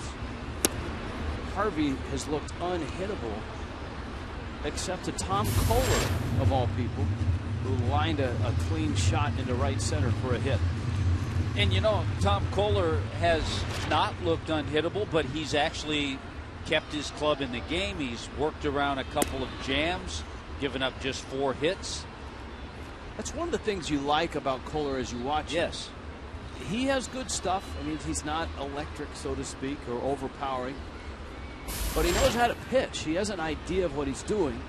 He can change speeds now that he's added that slider. That's another weapon for him. That the curveball there. Well, he's pitched a lot. 124 career starts in the minor leagues.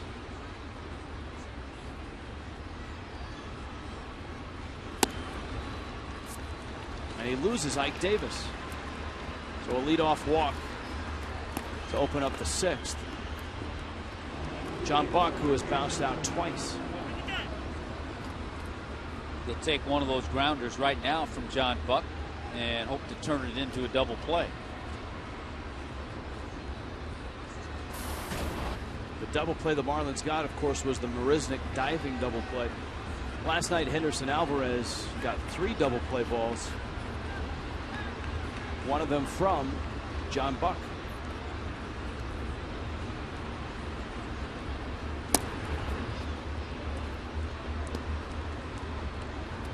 Yeah, you got a chance to see that double play that Marisnick started. You'll have a chance to see that one later on tonight on a few shows.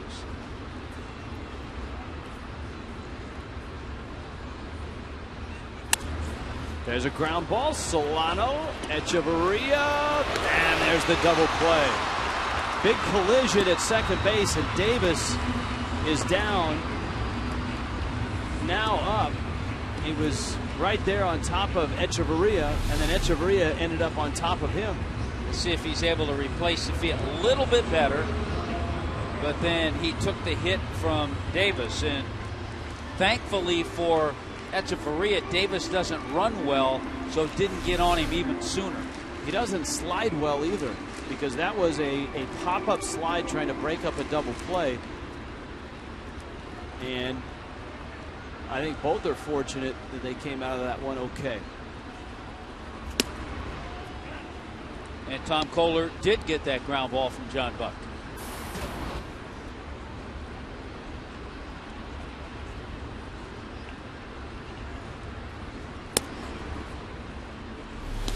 Here's the slide again.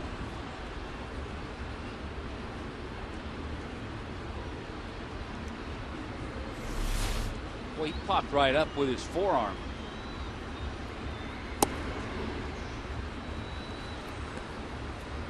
Yeah, you almost wonder, intentional or just a bad slide? I'm going bad slide. I think I might agree with you on that.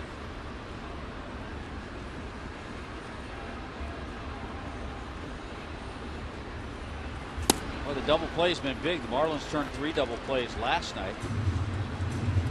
2 here today, 2 in the last 2 innings. Boy, they help pitchers pitch counts. Kohler closing in on 100 pitches. Harvey is 1 shy of 80.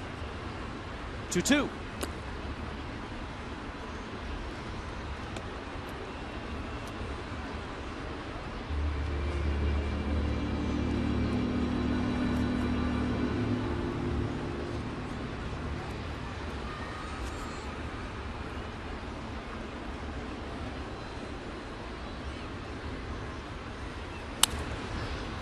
In his center field, Ligares. He's got 2 hits. The Mets have had base runners in all but 1 inning.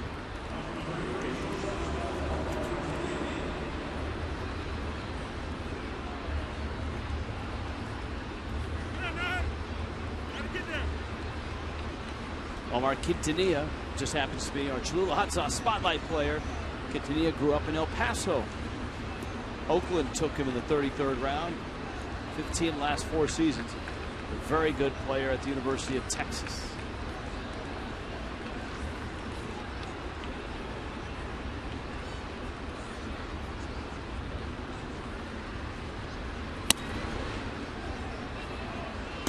would imagine, Rich, with Tom Kohler leading off next inning for the Marlins, this is going to be it for him.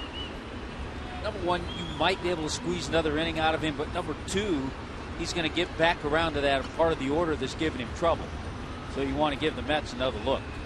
Yeah, you don't want to see Justin Turner again. Yeah. With anybody on base.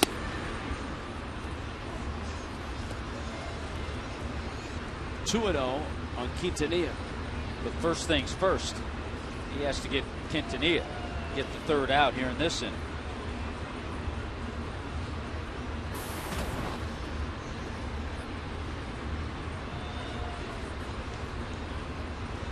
Quintanilla sitting on a 2-0 pitch with Harvey on deck. And he has a good rip at it and fouls it back out of play.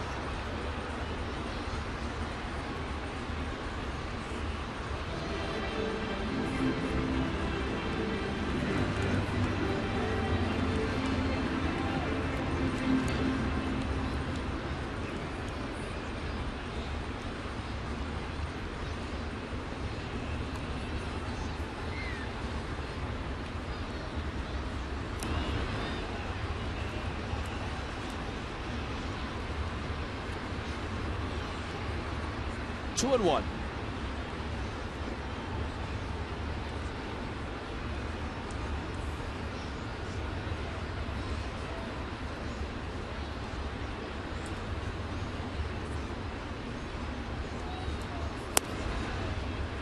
This game a perfect example of what we've been talking about the entire series.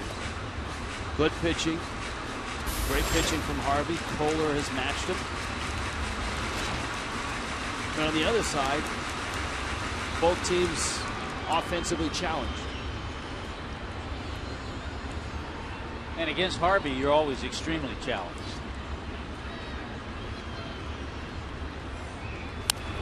Quintanilla fouls it off. The runner was on the move on the 2-2 pitch. I mean, Matt Harvey came into this game, opposing hitters hitting 192 against him.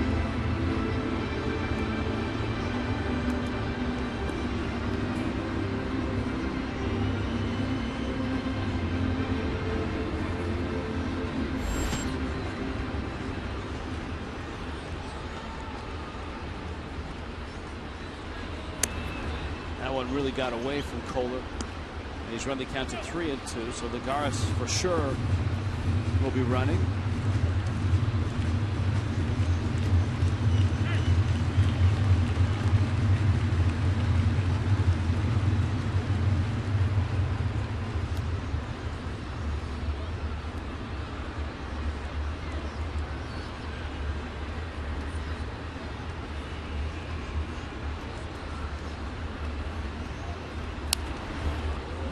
Quintanilla fights it off.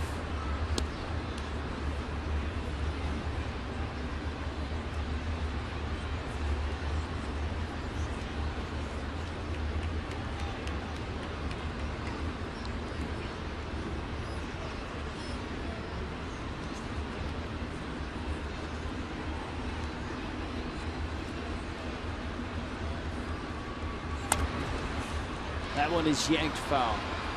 So a prolonged at bat from Omar Quintanilla.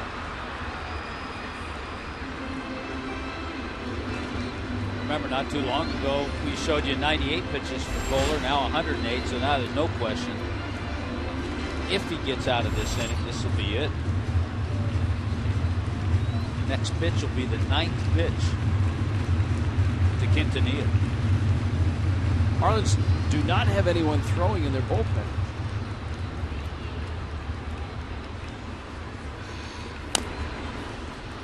Part of that reason, I think, is because you do have Harvey on deck, even if Kohler does not get Quintanilla.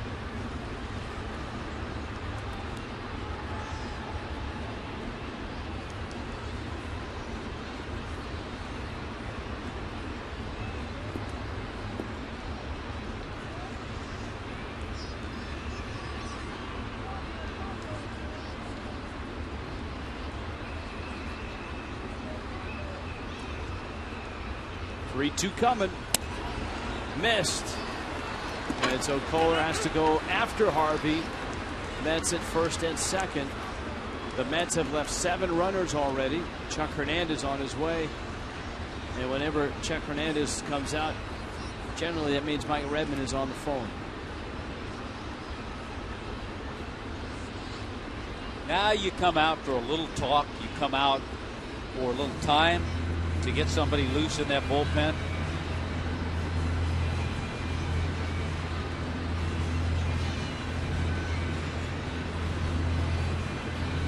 But mainly talk this time.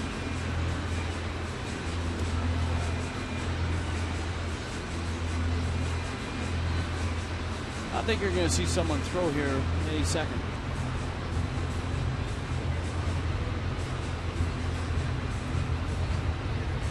Stephen Ames trying to get it going. A couple of quick rotations. And the former Gonzaga Bulldog, who made his major league debut the other night, starts to loosen.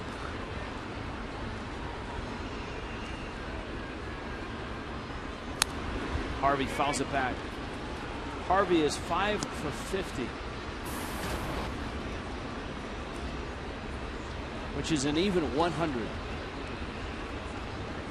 Didn't get to hit a lot at North Carolina.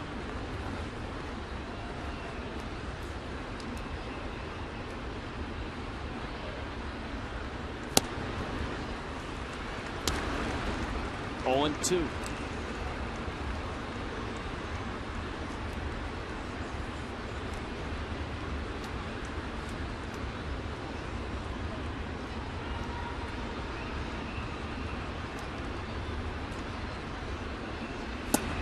Got him. So Kohler uses the escape hatch, gets Harvey, and gets through 6 innings. 113 pitches worth. Still scoreless.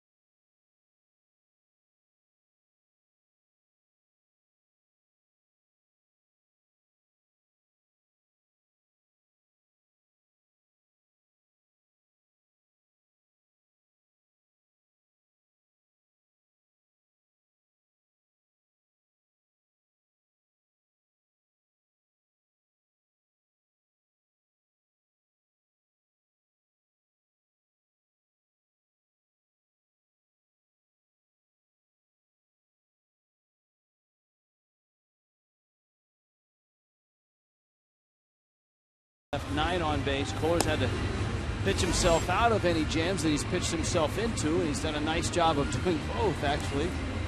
But importantly for Miami, it's a scoreless game on camp day.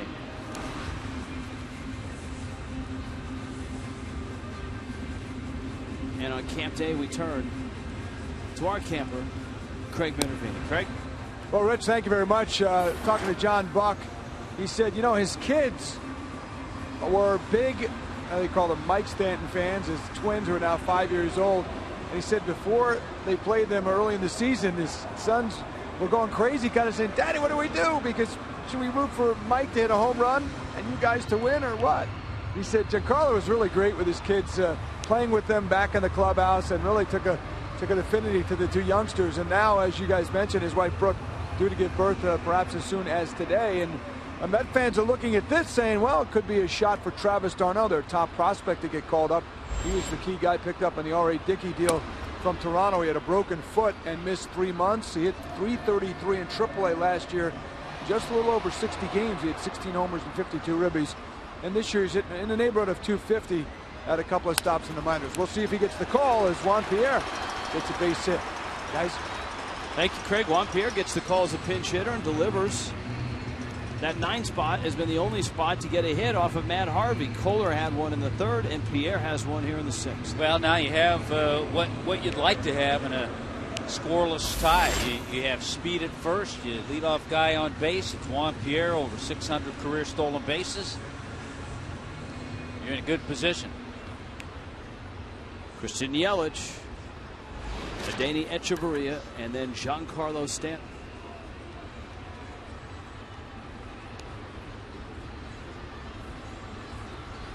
Harvey to first. Pierre dives back. Juan Pierre, 7 for 15 now in his career against Matt Harvey. Only 4 stolen bases attempted against Harvey, and 2 have been successful.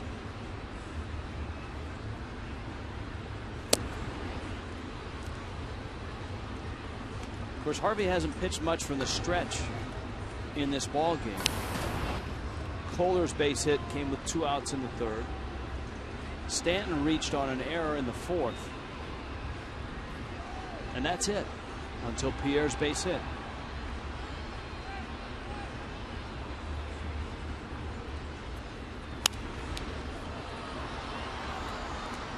And Yelich fouls it back and out of play. Christian Yelich was going to come to Miami one way or the other. When he was drafted, he was either going to come and play baseball at the University of Miami, or he was going to sign with the Marlins, and he signed with the Marlins. Marlins gain, Coach Morris's loss.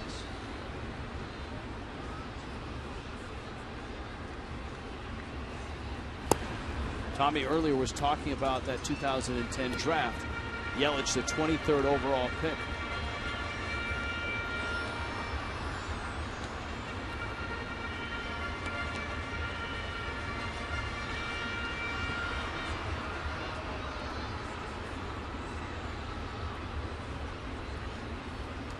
Yelich last night snapped an 0 for 16 with a pair of hits.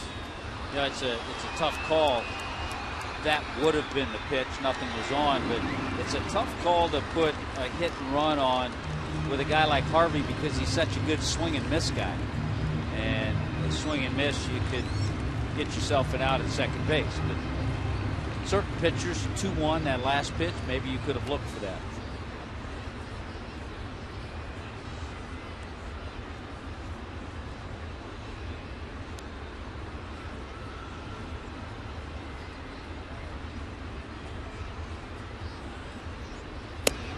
Harvey quick to the plate. He misses away, and the count's 3-2. That's why he's difficult to steal against.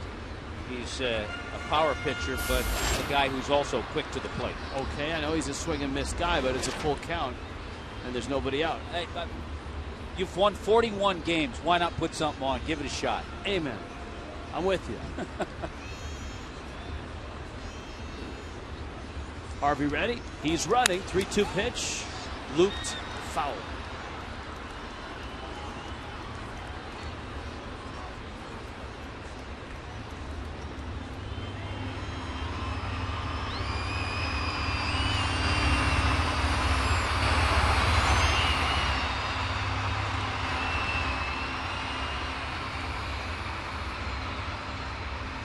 So back to first is Pierre. Back to the plate is Yelich. And back from the stretch is Harvey.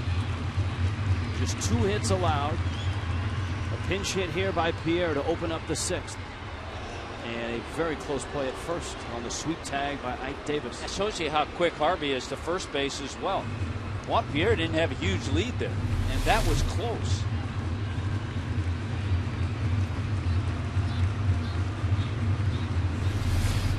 Full count, nobody out. He was running on the last pitch. 21-year-old Christian Yelich, who has twice bounced to second.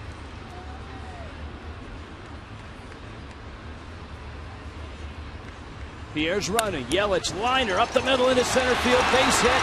Pierre on his way to third, and he gets there. As dominant as Harvey has been all day, Miami here in the 6th with runners at the corners and nobody out. What a nice job by Christian Yelich. A solid swing just past Harvey. Taking a peek over his shoulder, Juan Pierre makes it to third base.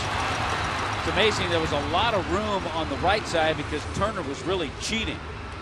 And because he was cheating so much, that looked closer than it was. But Yelich hit it so hard it got through the middle. Adeiny Echeverria was 0 for 2. He has struck out and bounced out. As dominant as Harvey has been against everybody this year. Second best ERA in the National League. Best whip. Echeverria, line drive short. Quintanilla has it. Harvey has not beaten Miami in 3 starts. He's also not lost a game on the road this year. Matt Harvey 5-0 on the road in 9 starts. And so here's Harvey against Giancarlo Stanton with runners at first and at third. The Mets infield back for 2.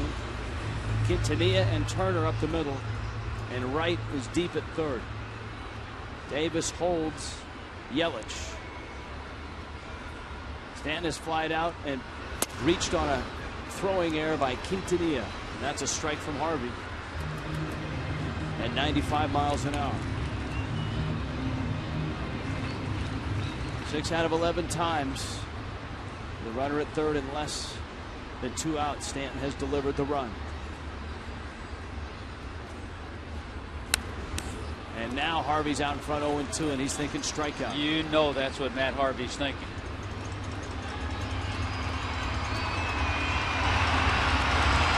With 1 out, and in this count, I don't think it'd be a bad time to send Christian Yelich either. But you got speed at third.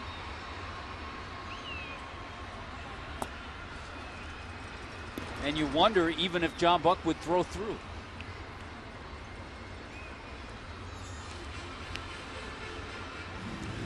But part of it is pitching, I guess, picking the right pitch. That was a breaking ball in the dirt. Yelich can steal bases. 1-2 is out. Now it's 2-2.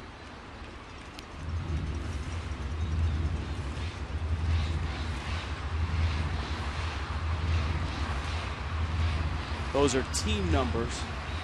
Stanton with his first at bat with a runner in scoring position today.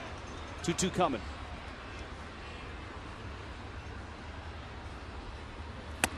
Up, in. Well, he's gone a couple sliders away. Giancarlo didn't chase. He went up with a fastball, missed badly. And all of a sudden from 0-2, it's 3-2. Well, if Mike Redmond ran 3-2 with nobody out, it's 3-2 and 1 out. But you have to remember, if you're Yelich and you are running and he strikes out, you got to get in a rundown because you got to allow Pierre maybe to score from third. Harvey ready. Yelich not running, and Stan hits a high pop-up that's going to get out of play. Of course, the other factor was full count, nobody out. Mike Redmond had one of the best base stealers of his era out there. That was Juan Pierre. Now he's got a 21-year-old in his second week in the big leagues in Christian Yelich. Pierre's across the diamond. There's 1 out. Scoreless game. Stanton ready. Harvey's pitch. Got him with a breaking ball. Big strikeout for Matt Harvey.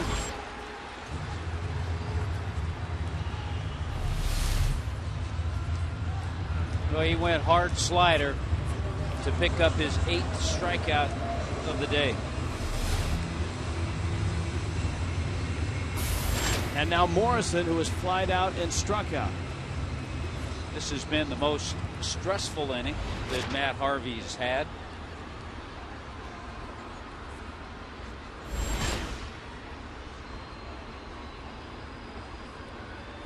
"17 pitches in the inning. He's approaching 100 in the game.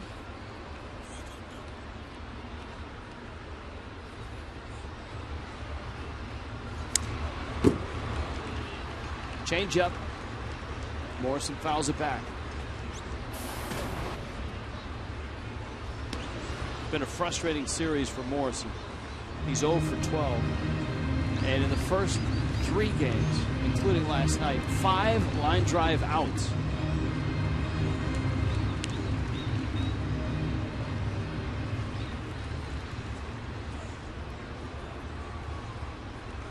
Harvey trying to pitch out of this spot, which was 1st and 3rd and nobody out. The 0-1. You talked about it early in the game, Rich, with Matt Harvey. He's got that easy 94, 95, but then every once in a while, you saw he still has it. He can go to 97 or 98. Without a change in delivery, without a change in effort.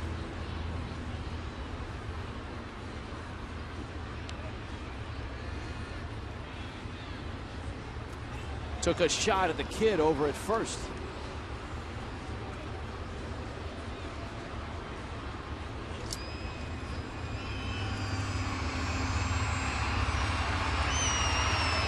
Ball and a strike. Harvey's 4th start against the Marlins this year. Has not pitched well in this ballpark, but he's pitched great everywhere else on the road.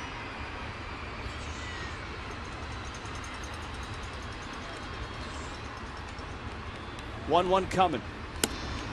I think today he's kind of turned around the not pitching well in this ballpark. He just hasn't gotten any support. While he's been overpowering, 8 strikeouts, no walks. Tom Kohler in 6 innings, 5 walks, 5 strikeouts. And the Mets have left 9 through their 6 innings. Miami's left just 2.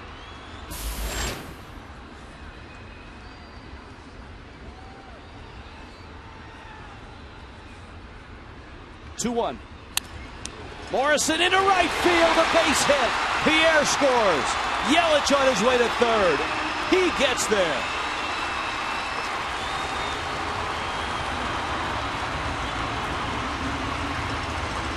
Off-speed pitch. Morrison waited and punches it into right field.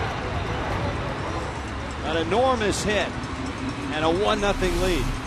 Well, especially coming with 2 out, you need that big 2-out base hit. Lomo delivers, was able to sneak it by Turner at second base. Yelich 1st to 3rd. He's got some nice long strides. Makes it there with a little bit of ease. Hang on to the bag.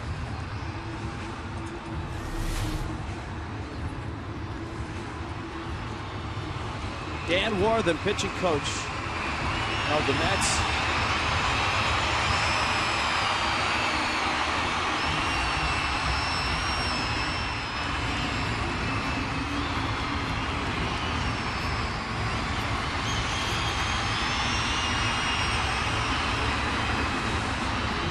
Ed Lucas now. Lucas is struck out, bounced out.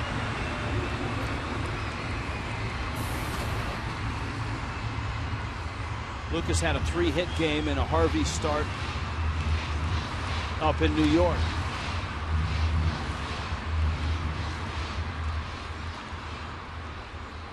Mets bullpen starting to stir.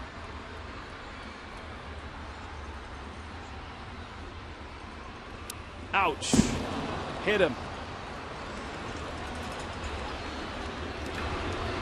So Lucas is hit. Bags are loaded. Boy, nowhere to go.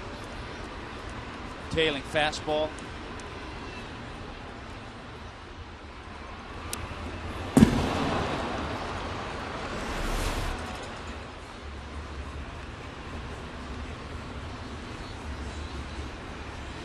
Left wrist, forearm area.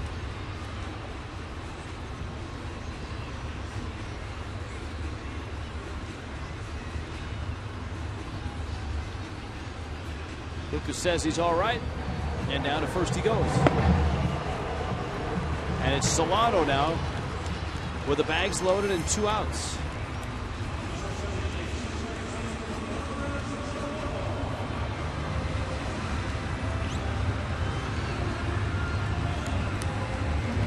For 5 innings, the only hit that Matt Harvey gave up was a line drive by pitcher Tom Kohler.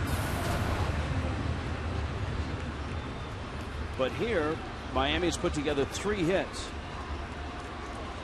Bags are loaded. A run across. Solano fights off 91 miles an hour.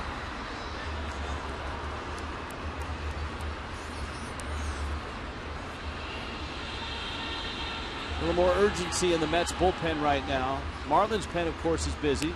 Remember, Miami pinch hit for Kohler. Tom Kohler right now, the pitcher of record. Juan Pierre getting the inning going with it. A pinch hit single. A.J. Ramos getting ready. Solano behind in the count, 0-2.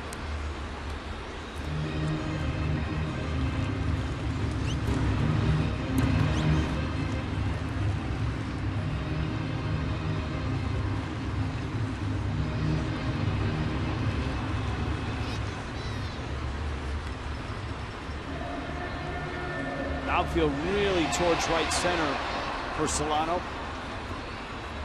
They don't expect him to pull a Harvey fastball at all.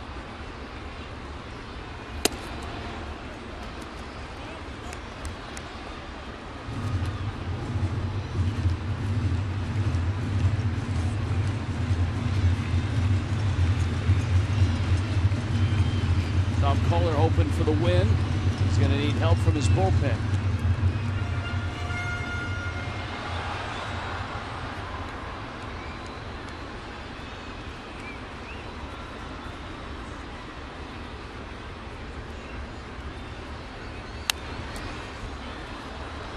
There's that easy 97.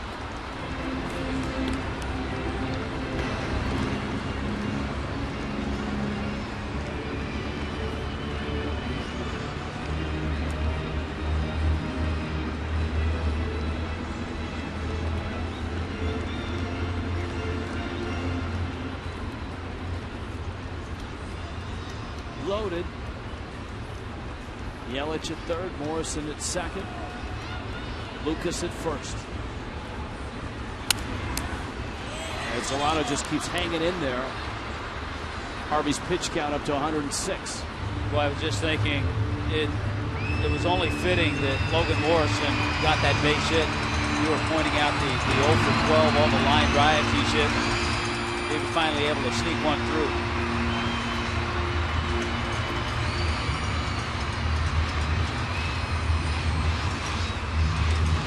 That's his first hit of the series. He's 1 for 13. Very easily could be 4 or 5 for 13.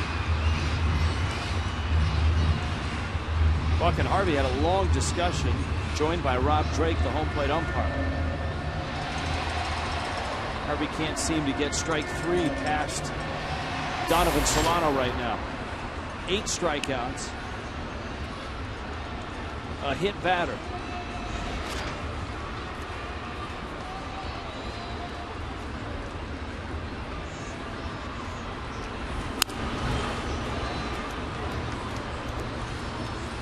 Rob Drake may have said, hey, we've got a plane to catch later. Of course, the Mets have a plane to catch. They go back to New York, open up a series against Kansas City. It's a clipboard shattering ground ball. Got to charge that thing.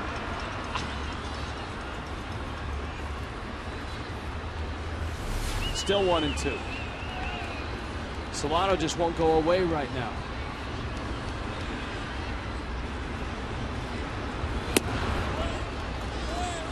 That's out. And he has no clipboard now. Craig, just make sure you expense that. I should have had the right hand. That was a playable ball. It wasn't Stanton-like.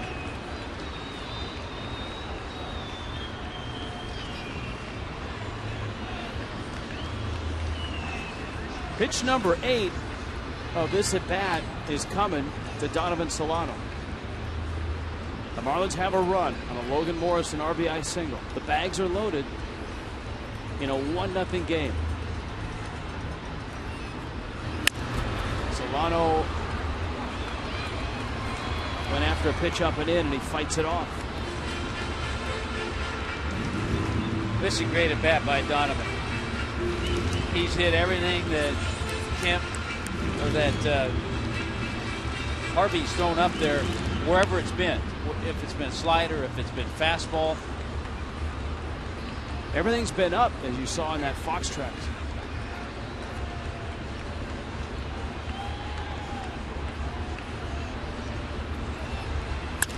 Liner into right center field. That's a base hit.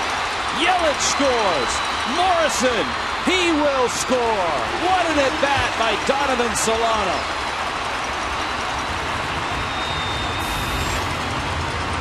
Donovan Solano did everything in that at bat, including breaking Craig's clipboard. A 9-pitch at bat against one of the best in baseball. And Matt Harvey is coming out of this ball game. The Marlins have knocked Harvey out. Donovan Solano drives in 2. What a turn of events. Dominant through 5 innings. The Marlins get him for 3 runs on 4 hits here in the 6th. Metro PCS called to the pen.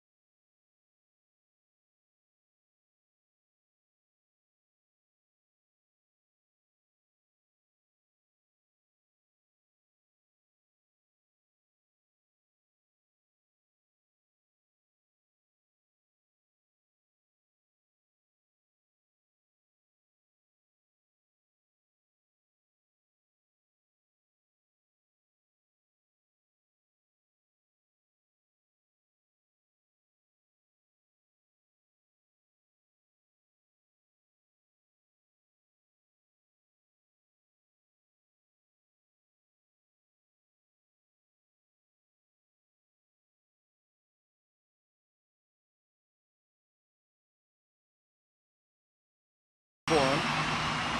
But still, 8 strikeouts on the day. Some great at-bats. Morrison's at-bat was a good one.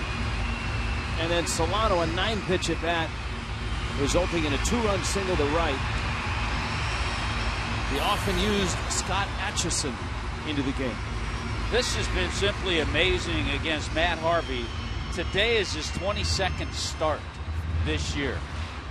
3 times out of those 22 starts, he's failed to go 6 or more innings. All 3 of those have been here in this ballpark. Marisnik now. Marisnik just happy he doesn't have to face Harvey. He struck out his first 2 at-bats.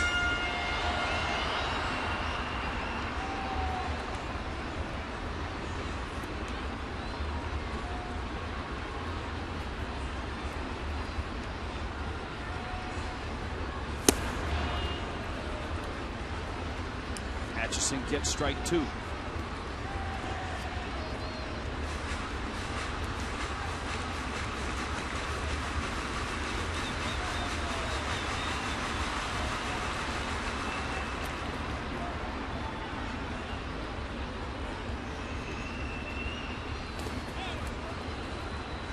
Buck smothers it.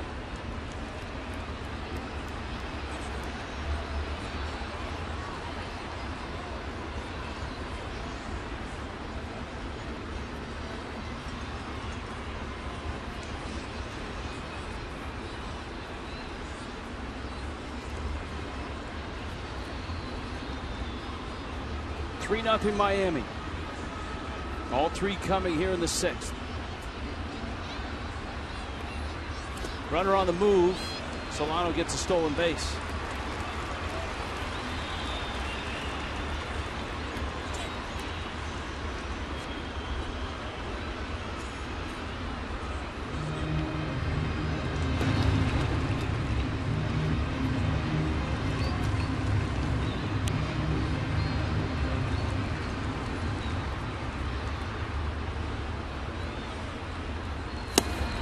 Marisnik goes down. Atchison finishes the inning, but what an inning for Miami. Donovan Solano and Logan Morrison with big hits and a 3-0 lead. To the seventh we go.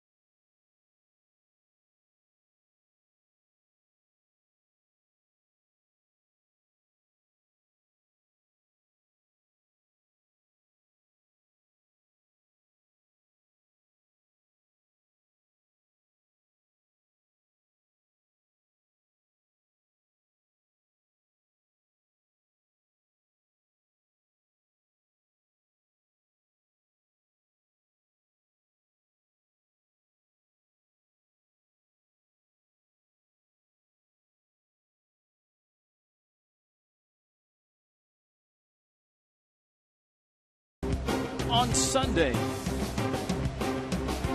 World Series anniversary.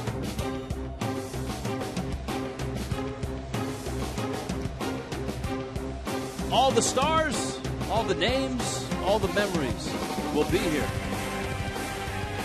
from 2003. 10th anniversary on Sunday. Come out to the ballpark, see him in person, or you can watch it here on Fox Sports Florida.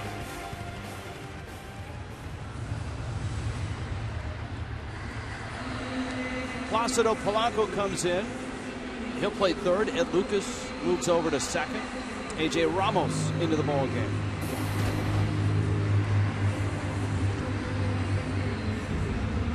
So A.J. Ramos will bat in Solano's spot. Polanco in the number 9 spot.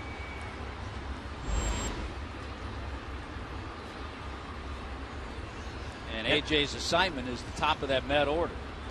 The bullpen's assignment is to get 9 outs and hang on to a 3-0 lead. Eric Young takes a strike. Justin Turner, David Wright. Kohler could pick up his third Major League win after 6 shutout innings, and they weren't easy. The changeup by Ramos. The more you see A.J. Ramos, the better he gets. You're right about those 6 innings for Tom Kohler. He had just one 1-2-3 inning. He had to work, but he worked around a number of jams.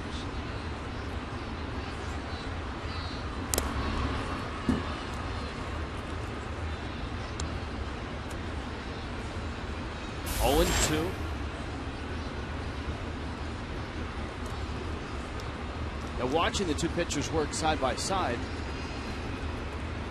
Harvey had the more dominant stuff, 8 strikeouts, no walks. Kohler, 5 walks, 5 strikeouts. But he pitched out of trouble when he needed to. And Matt Harvey's ERA jumped all the way to 2.21. Came into the game, his ERA was 2.11.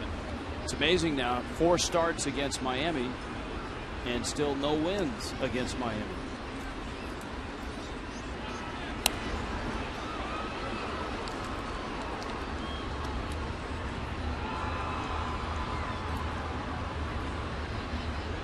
One and 2.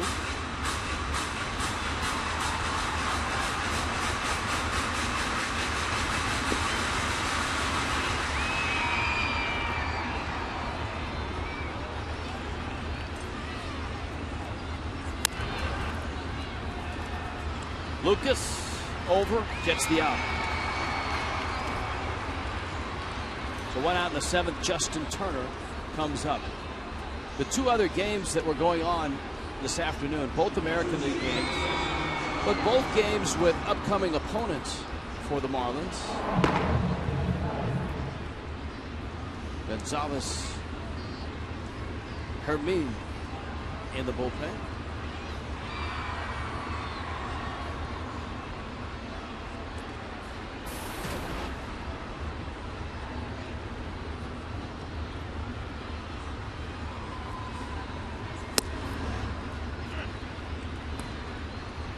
Yeah, the Indians have already finished off that game. 6-1 win against the White Sox. So Cleveland will be packing up and headed to Miami. Marlins will miss All-Star Justin Masterson, who pitched today and pitched quite well in the 6-1 win. 6 2/3. He struck out 7. Kansas City 5-2 in Minnesota in the top of the 6th. And the Royals, as we noted, hot.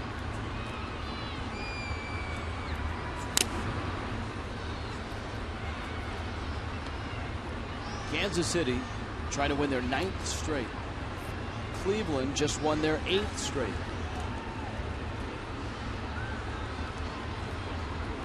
The Tigers do not play today or tonight. They've won 5 in a row. Cleveland's 2 back in the Central. 1-2 to Turner. Steve Cishek, who had the night off last night. Mike Dunn ended up getting 4 outs for a save. Cishek is available today.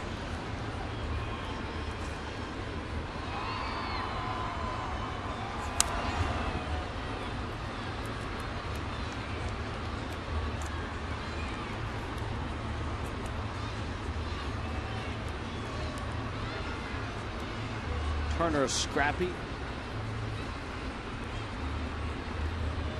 versatile.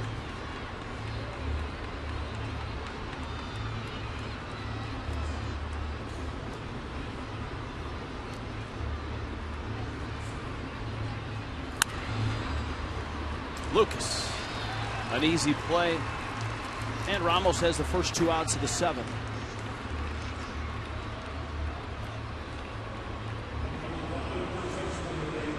Teams play tonight in Anaheim.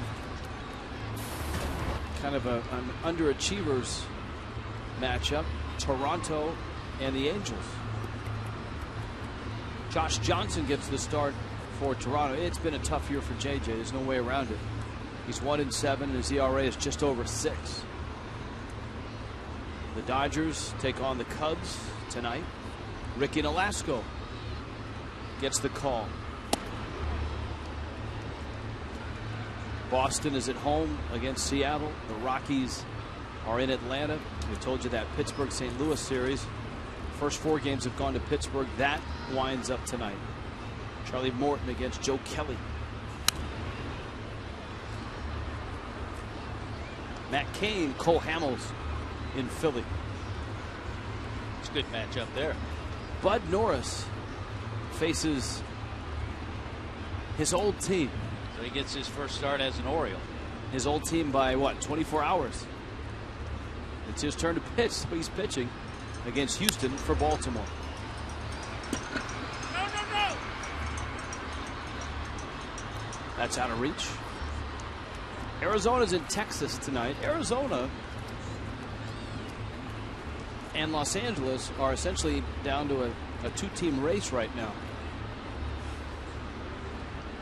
Everybody else in the West has kind of fallen back. The Rockies, whom the Marlins took 3 of 4 from in Denver last week. Yeah, we talked about the Giants 10 games out. Rockies are 7.5. Padres 8.5. And there'll be no wild card team coming out of that division either.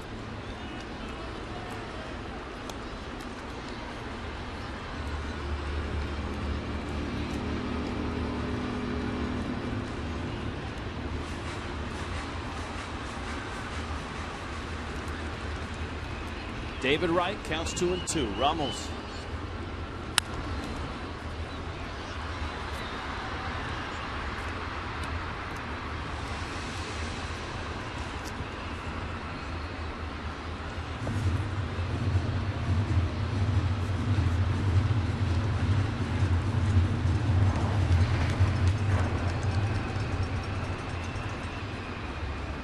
Another 2-2 coming.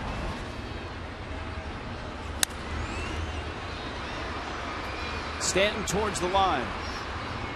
Makes the catch. 1-2-3 for Ramos. 7th inning stretch in Miami. And the Marlins have a 3-0 lead.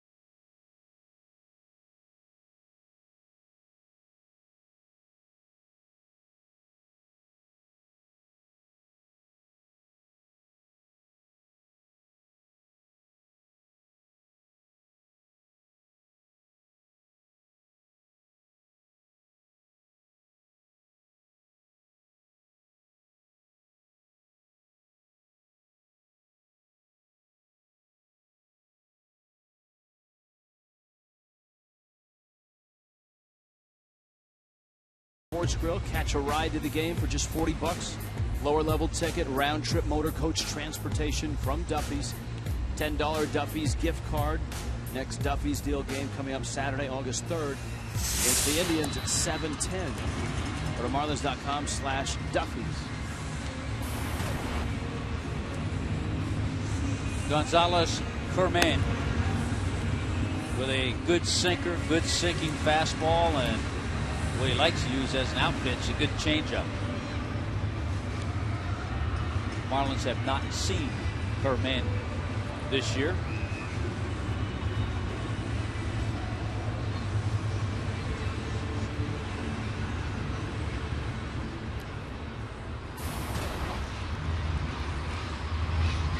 Jeff Mathis, then Placido Polanco, and then Christian Yelich.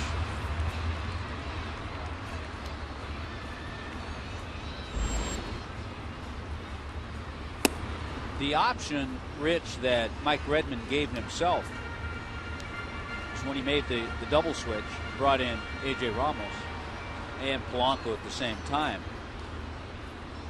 It allowed him, and it looks like he's going to, it allowed him to leave Ramos in for another inning.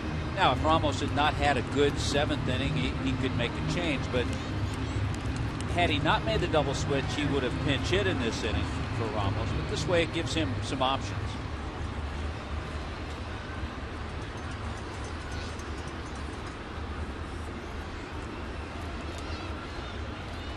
Mathis 0 for 2, but has done a nice job handling Tom Kohler and Ramos for an inning.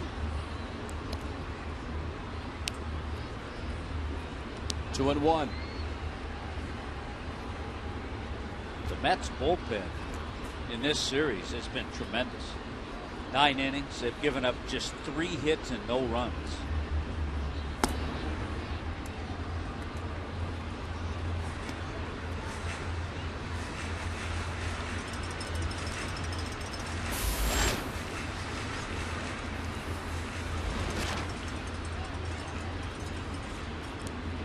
Marlins trying to get a 4-game split out of the Mets.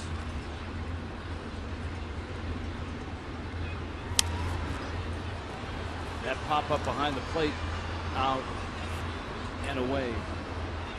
And get ready for the piping hot Cleveland Indians. Ubaldo Jimenez, Jose Fernandez opens up the series. Indians will have to get their National League shoes on, play a little National League ball. And a win today, Rich, to take the Marlins 10-5 against the Mets this year.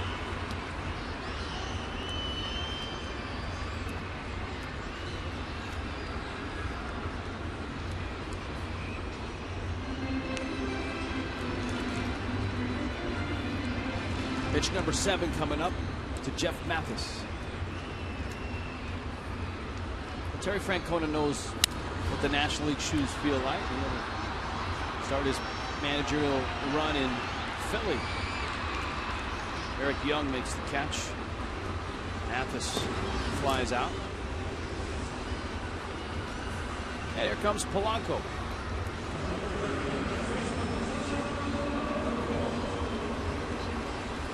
If you're just happening by, the Marlins squared up against Matt Harvey for the 4th time this year. And for the 4th time, Harvey will not get a win against the Fish. In fact, he's on the hook for the loss.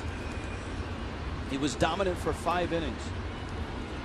He had 8 strikeouts before the Marlins scored 3 times, and that one kicks off Justin Turner. We were talking about that the other night on a play that either Solano or Lucas made.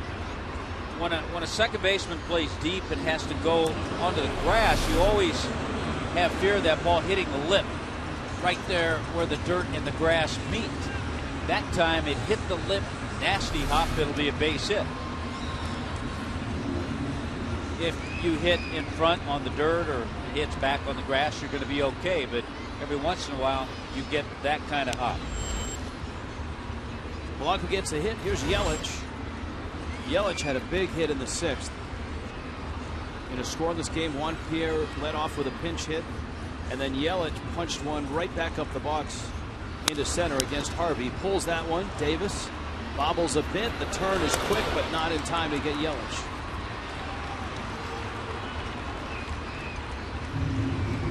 Right idea, just pulled it a little bit too much.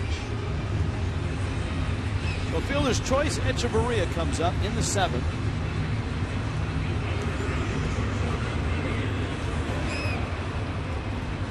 So Cleveland will be headed this direction. 3-game weekend series, and then Marlins go to Pittsburgh. That's going to be fun. Right into the middle of it. Having been there this season on a Saturday night, it's wild right now. The whole town is lit up with the Pirates. Pittsburgh, Atlanta, Kansas City. That's 3 hot teams on the next road trip. Yeah, Atlanta, they just haven't stopped. Made the one deal before the trading deadline, picking up veteran Scott Downs, left-hander, to help out in that bullpen. I mean, the Pirates have won 4 in a row. The Indians have won 8 in a row. Kansas City's about to win their 9th in a row. They're up 7-2 in the 6th in Minnesota. And those are the 3 teams on the Marlins road trip. Then it's Giants, Dodgers for 4, and Rockies for 3 to finish off the home portion of August. I was just thinking, we were talking about the Indians coming here. They obviously won't have that DH to use, but they've kind of parceled the DH around from Jason Giambi to Nick Swisher to Carlos Santana to Mark Reynolds. They've kind of used the DH for a number of guys.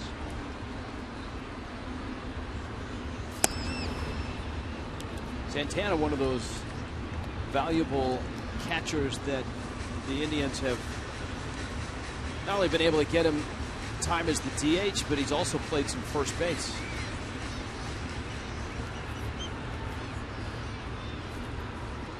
Miami has just 3 road trips left in the season. Runner goes. Echeverria pulls it in the hole at short. Quintanilla on the run gets him. And the Marlins finished in the bottom of the 7th inning. 3-0 Miami.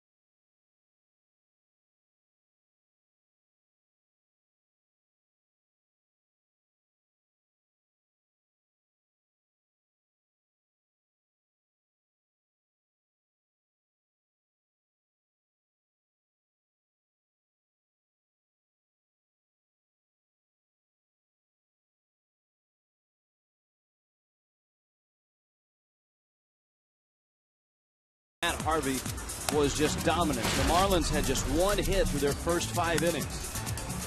The Mets, well, they threatened a couple times. And in the 5th, Jake Marisnick to Donovan Solano to Logan Morrison. That odd double play bailed Tom Kohler out of the 5th inning. In the 6th, Logan Morrison got a big hit after hits by Pierre and Yelich. Morrison drove in the first run of the ball game. And Donovan Solano, a 9-pitch at bat against Harvey, banged one into right center. That drove in 2 more. That was it for Harvey. And that's how we arrive here in the 8th. 3-0. Marlins on top. A.J. Ramos, his 2nd inning. Throws a strike to Marlon Byrd. Ike Davis, John Buck will follow.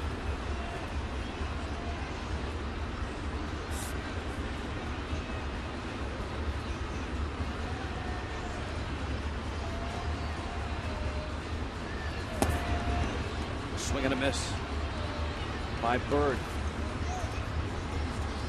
Tom Kohler is lined up for the win. If the bullpen can deliver, Ramos worked to 1, 2, 3, 7th.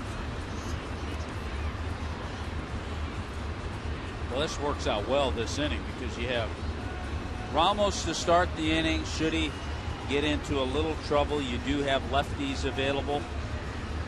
And then certainly Cishek to close.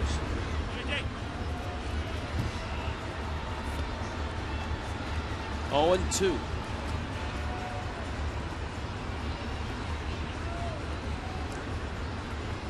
Miami trying to open up August with a win.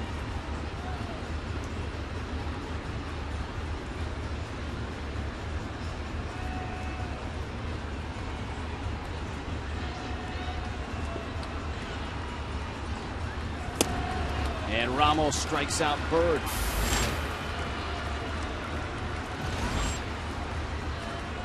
One out, Ike Davis coming up. We talked about the Marlins' record in June and July.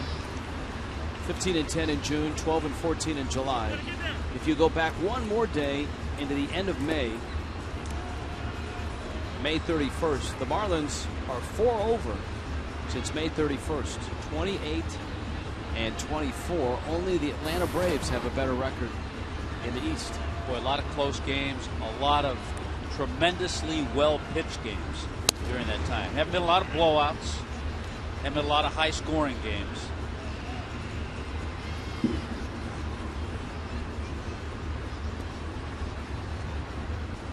Ike Davis didn't like the call with good reason. It was in. One thing the Marlins have been able to do pitching-wise,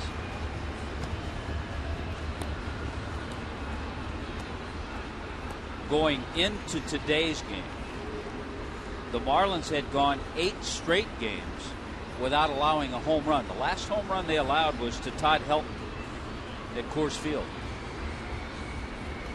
Chuck Hernandez has done a wonderful job. Marlins starters last 39 starts. 34 of the 39, 3 or less. 25 of the 39, 2 or less. The other number that's impressive, last 10 games, Marlins starters ERA is around 2.5. Chuck Hernandez has his guys working well.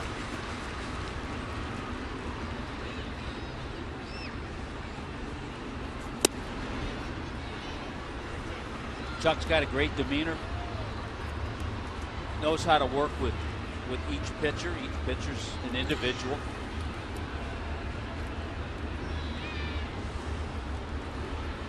Just like broadcasters.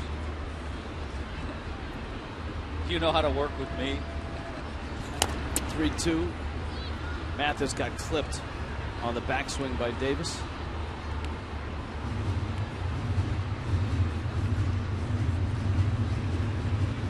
Full count, 3-2. We don't try to overextend. You try to keep it simple. Easy transitions. You stay away from the puns. 3-2. That's out. And Ike Davis has walked.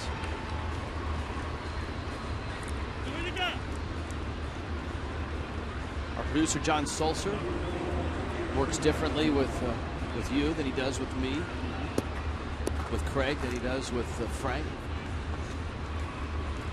I don't know about you, but he's all up in my grill all the time. But you don't get that treatment.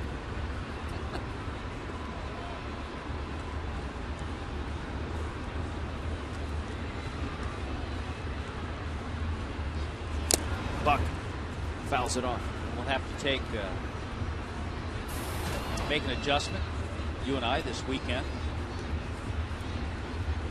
AJ Speaks will be bringing his 2 World Championship rings into the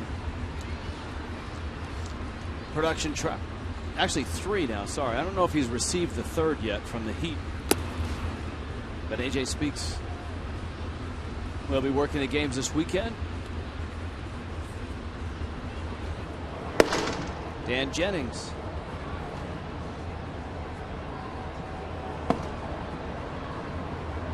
Jennings in the Marlins pen. Buck at the plate. Ramos has thrown 31 pitches. Buck bounced into a double play last night, bounced into a double play today. Hit pretty well. Stanton is there and he makes the catch.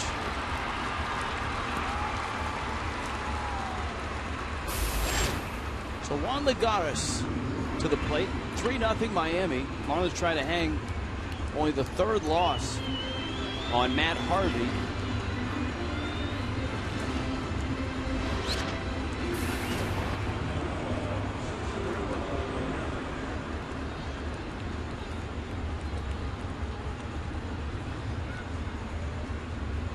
Lagares struck out in the second, tripled in the fourth, singled in the sixth.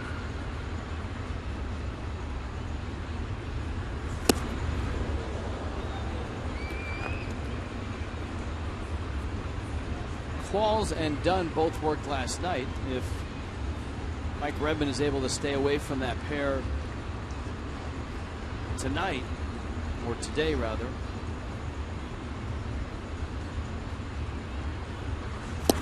he would like to do it. I mean, if he could get to the ninth and Cishek with Ramos, or if he had to, Ramos and Jennings. And another reason I think he made that double switch.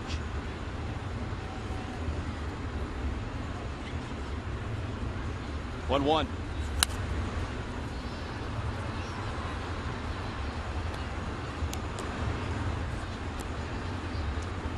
1-2.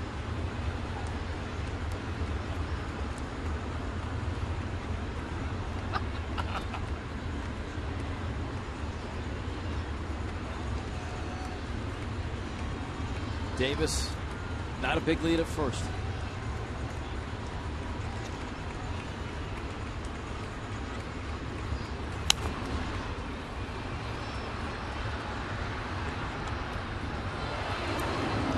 Indians tomorrow night.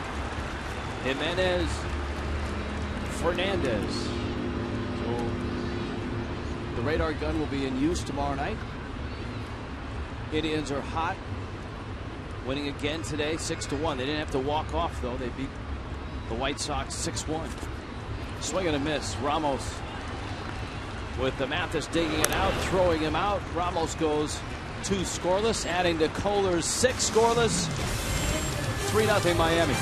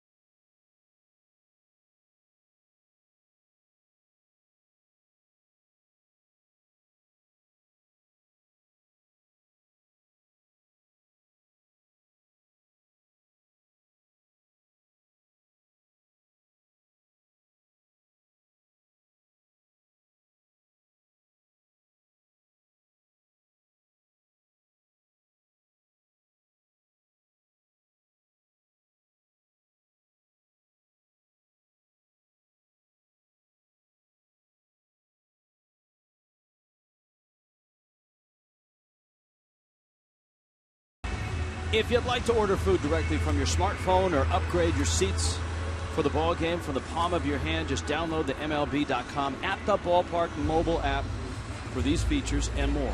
You can check in through the app to earn free tickets. Download the free MLB.com At the Ballpark app today.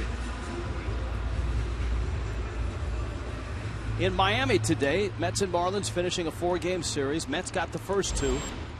Marlins winners last night and trying to win today, a 3-0 lead.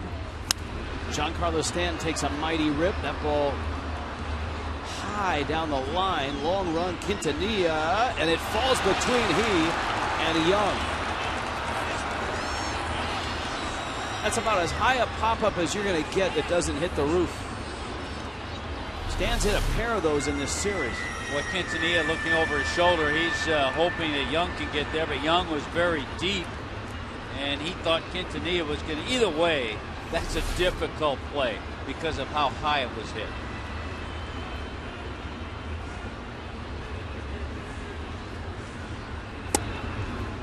Her man misses in with a fastball. Stanton, Morrison, Lucas here in the bottom of the 8th.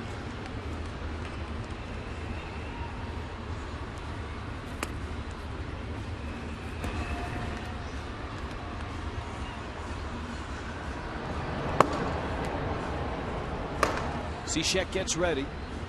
Marlins try to add insurance.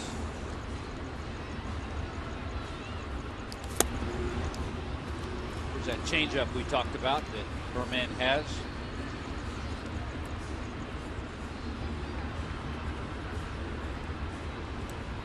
Well, the Marlins see the Indians. The Mets get ready to take on Kansas City.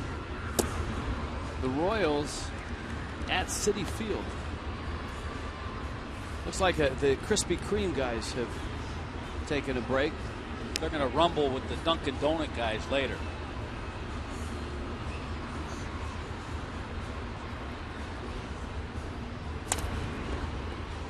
Talked about Cleveland coming to town. We'll get to see Chris Perez, University of Miami guy.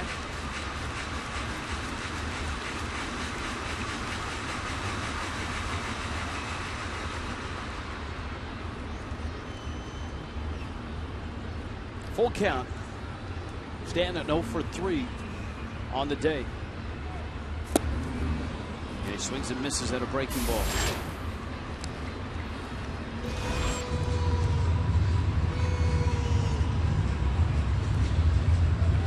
Second inning of work for Gonzalez Herman. Stanton not quite going Big Papi in there, but still banging a few things around. What was better, Big Papi destroying the phone or Carlos going after the Gatorade machine at Wrigley Field? Big Papi, I think it was a little out of character. There were a couple of things. Sitting next to the phone was Dustin Pedroia. Never got out of the way. The other thing that was impressive was how quickly those phones, or that phone in the dugout, was repaired and replaced.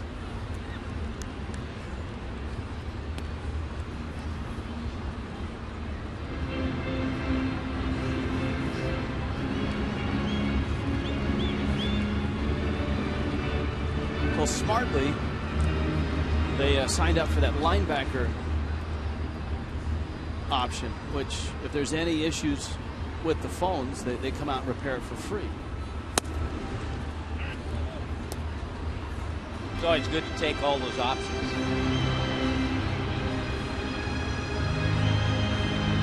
I guess my question would be, what did the Red Sox do? What did John Farrell do if he had to use that phone the remainder of the game? Here's the 2-1 pitch. Morrison breaks his bat into right field. It goes, and Bird is there to make the catch. Well, when Zambrano wiped out the Gatorade machine, they didn't replace the Gatorade machine. I think Lou Piniella was there at the time, and I think Lou just said, don't bother. Because that was I don't know if you'd ever been up close and personal to it, but I had a chance a couple of times to see that Gatorade machine, and you could get different flavors of Gatorade. Yeah, it was all-purpose. Yeah. Most places have just one jug of one flavor, but at Wrigley at the time, it was like a self-serve, pick your flavor of Gatorade. Until Zambrano blew it up.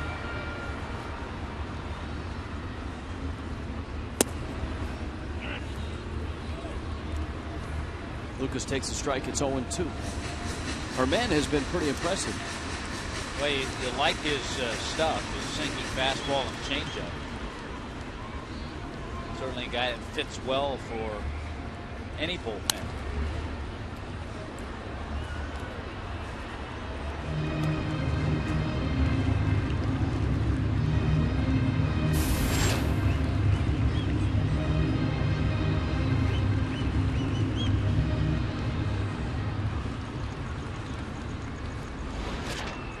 Oh, 2. Lucas just gets a piece.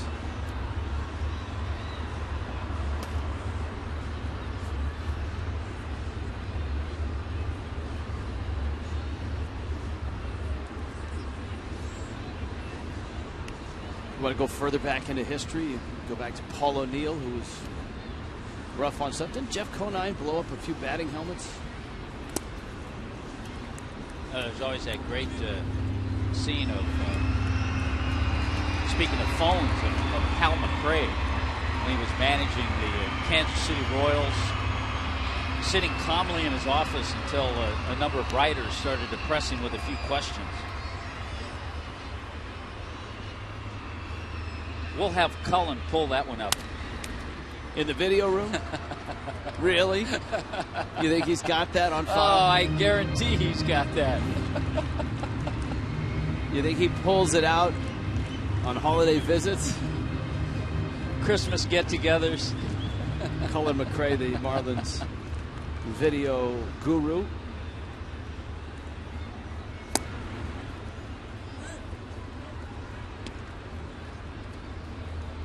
Counts 2-2. May see brother Brian McRae in Kansas City.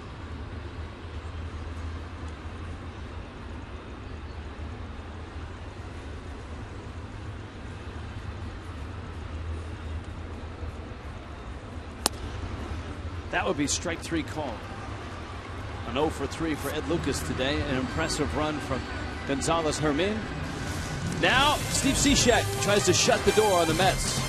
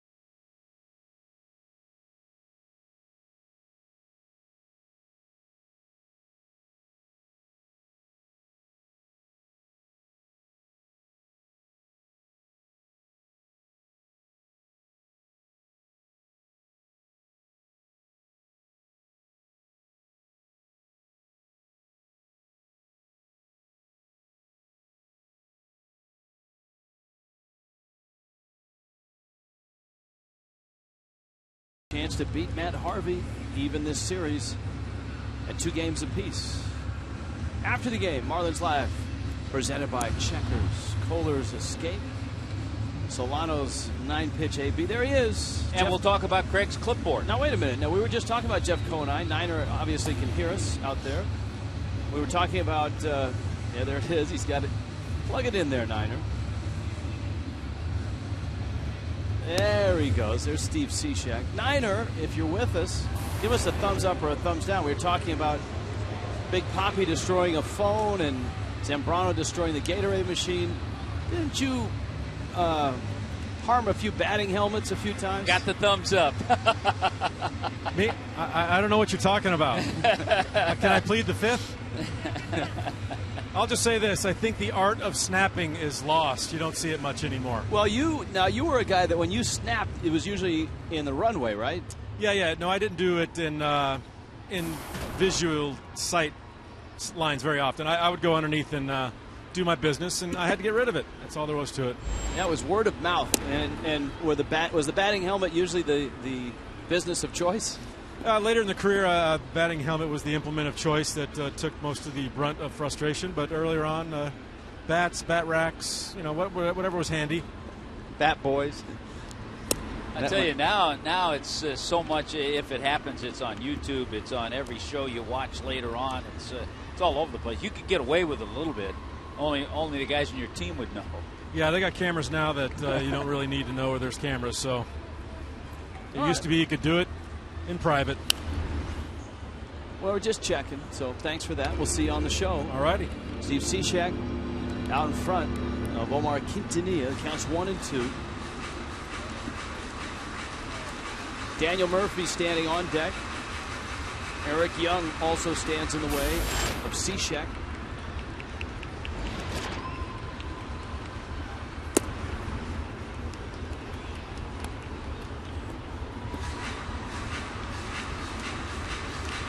Last 24 appearances, 17 consecutive saves for Cishek. But of course, it was Cishek, wasn't a blown save, wasn't a save opportunity, who gave up 2 runs in the 10th on Tuesday, and the Mets won 4-2. So a night off last night, a fresh start today. Tom Kohler is in line for the win. Marlins looking for win number 42. Looking for shutout number 4.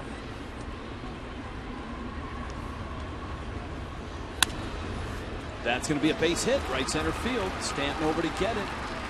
And the Mets have life here in the ninth. Quintanilla. And now Murphy.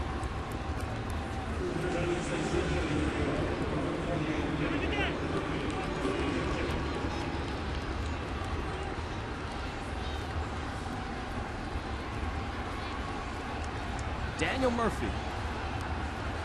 Well, you knew one way or the other we would see Daniel Murphy today.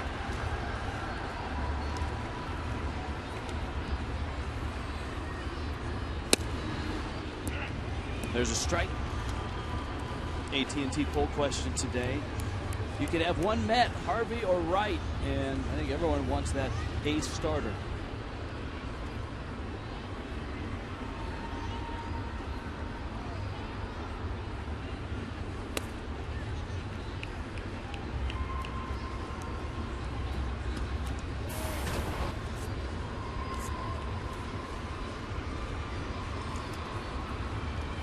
Ball and a strike. Murphy an 0 for 3 last night. 3 hits combined in the first 2 games.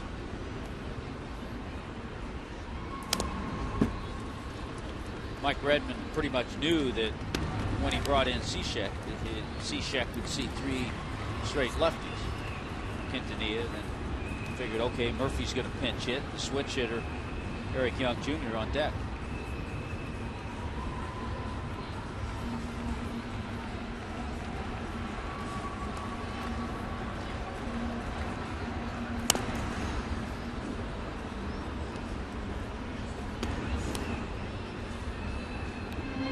Ball and 2 strikes.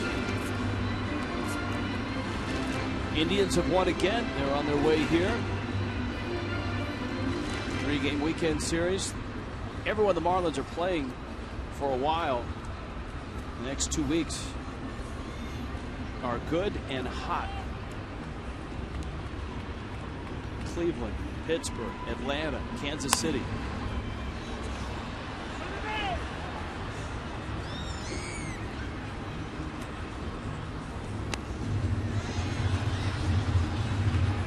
As I said, just 3 road trips left, albeit all 3 trips are 3-city trips. Pittsburgh, Atlanta, Kansas City, then Washington, Atlanta, Chicago, then New York, Philly, and Washington.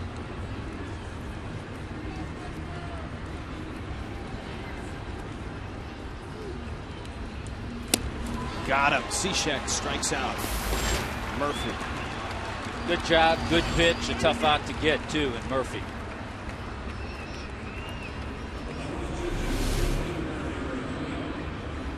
Fastball, he didn't get it.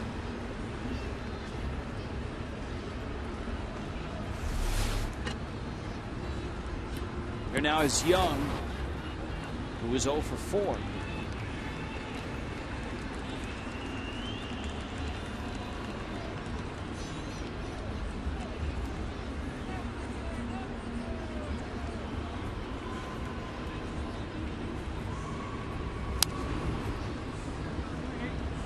And 1. If the Marlins hold this lead, they will go to 10-5 against the Mets.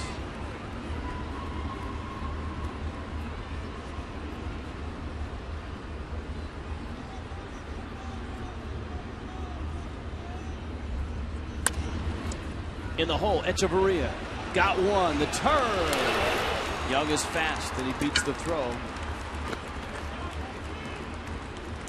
That's one you just have to tell yourself as a middle infielder to make sure to get one. Because you know the speed of Young. Echeverria had to move a little bit to his right.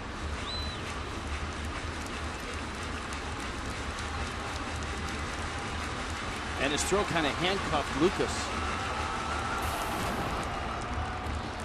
Now Turner. He was the guy that Kohler had issues with. A double, a single, and a walk. He was on all 3 times against Kohler. Tom is in the dugout hoping for a save here. It would be win number 3 for Kohler.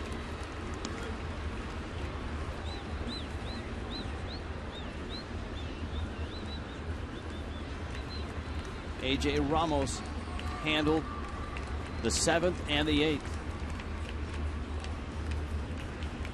There's a great example of the unheralded setup men, 7th and 8th inning guy, and in this case it was just one guy, A.J. Ramos, with 2 good innings to build that bridge to Cishek.